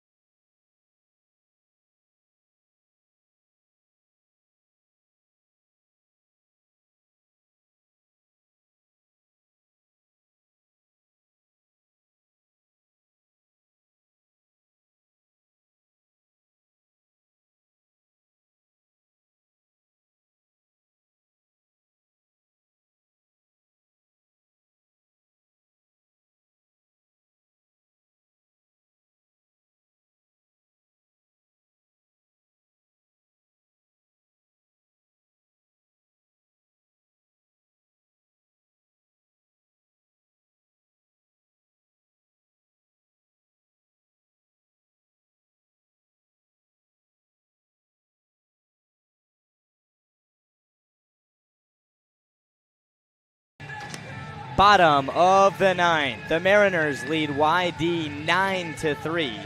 And the Red Sox have their hands full down to their final 3 outs. It's 6, 7, and 8. Cerna, Daniel, and Blair coming up with a big righty for Harwich. Jason Flores trying to slam the door shut. Flores came in for a scoreless 8th inning, gave up a base hit, but he's now up to 4 scoreless frames out of relief on Cape Cod this summer. And he's trying to make it 5, but he's got 6 runs of wiggle room. With Milo Hoffman, I'm Luke Brenneman, our second time at Red Wilson Field this summer. The first time we were here, Harwich fell on opening day of the Cape Cod League summer, an 8-5 loss. And YD is 19-3 with 1 tie as we sit here in game 24 of the summer of 26. Right on left matchup. Flores digs in. First pitch to Mateo Cerna. Fastball just a little bit outside. It's 1-0. Cerna's 1 for 2 tonight. An RBI and a single. Grounded out to short as well. Flores takes a deep breath on the hill. Now comes home with a 1-0. That's way inside. Cerna showing off some footwork, getting out of the way of that one. It's now 2-0. Yeah, Cerna kind of looked out at home plate, saying, not the time to get hit by a 95-mile-an-hour fastball. Cerna hitting .333, 3 homers, 8 runs batted in. He's an all-star starter in the Cape Cod Baseball League. 2-0 pitch. Outside, goes all the way to the backstop. Flores has now missed on 3 consecutive pitches to start the bottom of the 9th. Cerna surprisingly still hits 6th in this lineup. Maybe just one of those bats that thrives in the lower 4th of the lineup, if you will. Missouri catcher had a monstrous year. He's now headed inside the SEC, but to Alabama. From the transfer portal, 3-0 pitch. Flores clips the outside corner for a called strike 1. It's now 3-1 to Cerna. Flores really takes his time out there. He's deliberate. He slammed the door shut in the Mariners' 3rd of July win. That was a 2-1 nail-biter at Brewster. Got out of a ton of traffic. 3-1, misses down low just a little bit by a whisker. And Cerna aboard with a leadoff walk in the 9th inning. YD trailing by 6. It will bring up the DH out of Georgia Tech, Caleb Daniel. Last time with Flores on the mound, the first guy got on, but then a 4-6-3 double play. See if Flores can induce one of those again. That would be big time. And Flores came in the 8th. The first guy that got on Souders got on with a base hit. This time it's a walk. Here's Daniel. First pitch, fastball up near the eyes, taken ball 1. Mariners have played in a lot of tight games as of late. Harwich broke a 3-game losing streak last night with the walk-off win over Chatham. 1-0. Check swing. Pitch was called a strike anyway. It's now 1-1. YD is the last team in the Cape League that Harwich has not beaten this summer. They've beaten all other 8 teams, YD would be the 9th in the 10-team Cape Cod Baseball League. 1-1. Cut on, fought off foul into the trees, and it's 1-2. Daniel tonight has had a tough one. He's 0 for 3, a pair of strikeouts. Flores asks for a new ball. Comes from the Mariner dugout. Someone says pelota. Pelota. Little Espanol here on Sunday night. You know out Spanish? in Cape Cod. I'm actually more, I'm not going to use the word fluent. Okay. I'm more well-rounded in Mandarin as a language than Spanish. Do you take Mandarin? Ni hao shema ming zi. 1-2. Got him looking. Strike 3. E.R. San. That means 1, 2, 3. Yes. First out of the 9th. That was great. First punch out, and now an inning and a third out of the pen for Flores. When that fastball finds the zone, I mean, that thing pops the catchers, man. I mean, you can hear that from White House Field. Here's Alec Blair, left fielder transferring to Texas A&M. Talked about him a lot tonight, and he played basketball at Oklahoma this year, played a total of 2 minutes. First pitch in the dirt low, James traps it, 1-0. Cerna's been still over there off of first. The catcher has not tried to steal a base so far this summer. Remember, it's 9-3 Harwich, bottom of the 9th with 1 out at Red Wilson Field. No lights here, starting to get somewhat dark. 1-0. Just off the outside edge. That's ball 2. Another fastball from Flores. So we heard from some of the YD camp that Blair transferring to A&M might be a sign that he's giving up on the basketball journey. A 4-star recruit out of California in high school, 2-0. Swing and a foul into the netting straight behind home plate. And Flores in the count 2-1. YD has been 9-1 for record at home. Harwich 5-6, sub 500 on the road for a team that's 5 games over 500 at 14-9 on the regular season. Trying to get that back to 500 and give YD their second loss of the summer on their home field. The 2-1 pitch is a strike called at the knees. That was a pretty fastball from Flores. It's 2-2 on Blair. And before the game, I saw Blair taking BP. Actually broke his bat during BP. First swing he took of the day was a broken bat, so he's already on his second bat. The crowd that's left trying to urge on Flores down the Harwich sideline. The 2-2 scorched foul, left field side. Blair is huge, 6'6", 195 pounds. Went to De La Salle High School in Concord, California. They're very noticeable by name. A lot of really good alumni from that high school. In college at Oklahoma this year, I mean, he won the national championship, but I guess that wasn't enough. He hit 247, 2 homers, 18 ribbies, and now he's going to College Station to play for the Aggies of A&M. Flores, 2-2 pitch, down low in the dirt. The count goes full on Blair. Blair does so many things when he's at the plate. He moves around a lot. He takes a pause. He walks around. He does a whole lot. Runner at first, Cerna, 1 out. Mariners up by 6 in the bottom of the 9th. Payoff pitch. Flores struck him out. A fastball, belt high, blew it right past Blair. Back-to-back punch-outs, and Harwich is an out away from getting a game back of YD. Harwich has not beaten the Red Sox in 2 tries this summer, and back-to-back wins with Brewster down right now. Harwich an out away from beating YD.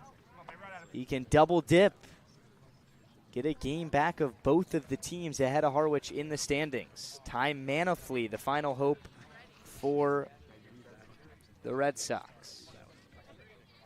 Flores gets the call from the pitch comm. First pitch. And a balk is called by the first base umpire, Will Bowers. Cerna moves over to second base. So that pitch won't count. Yeah, I love the balk call because it's not a sign. Baseball has so many signs. You know, a balk, umpire just screams, "That's a balk." Help me make this make sense. A balk is kind of what it sounds like. Yeah, I completely agree. So now here's the first pitch to Menolfi. It's a fastball away, 1-0. It's a great point, actually. It's a perfect word for what it is. Right. Like they just have to say balk. Right. It doesn't really sound like a word. It's just balk because he balked. Right. Yeah. 1-0 pitch. Flores looks back at second. Now he comes home. That's outside again, 2-0. So Flores has a walk in this inning. Cerna at second, back-to-back punch-outs. We've seen some long at-bats, and especially Flores falling behind early in the count before battling back. Brady Miller started this game for Harwich, 4 innings of 3-run baseball. Then Walls comes in for a scoreless inning. Sosky goes 2 scoreless. Flores trying to put away the last 2. The 2-0 is ripped into center field, but Castellón came out of nowhere from short and tracked it down in the outfield grass.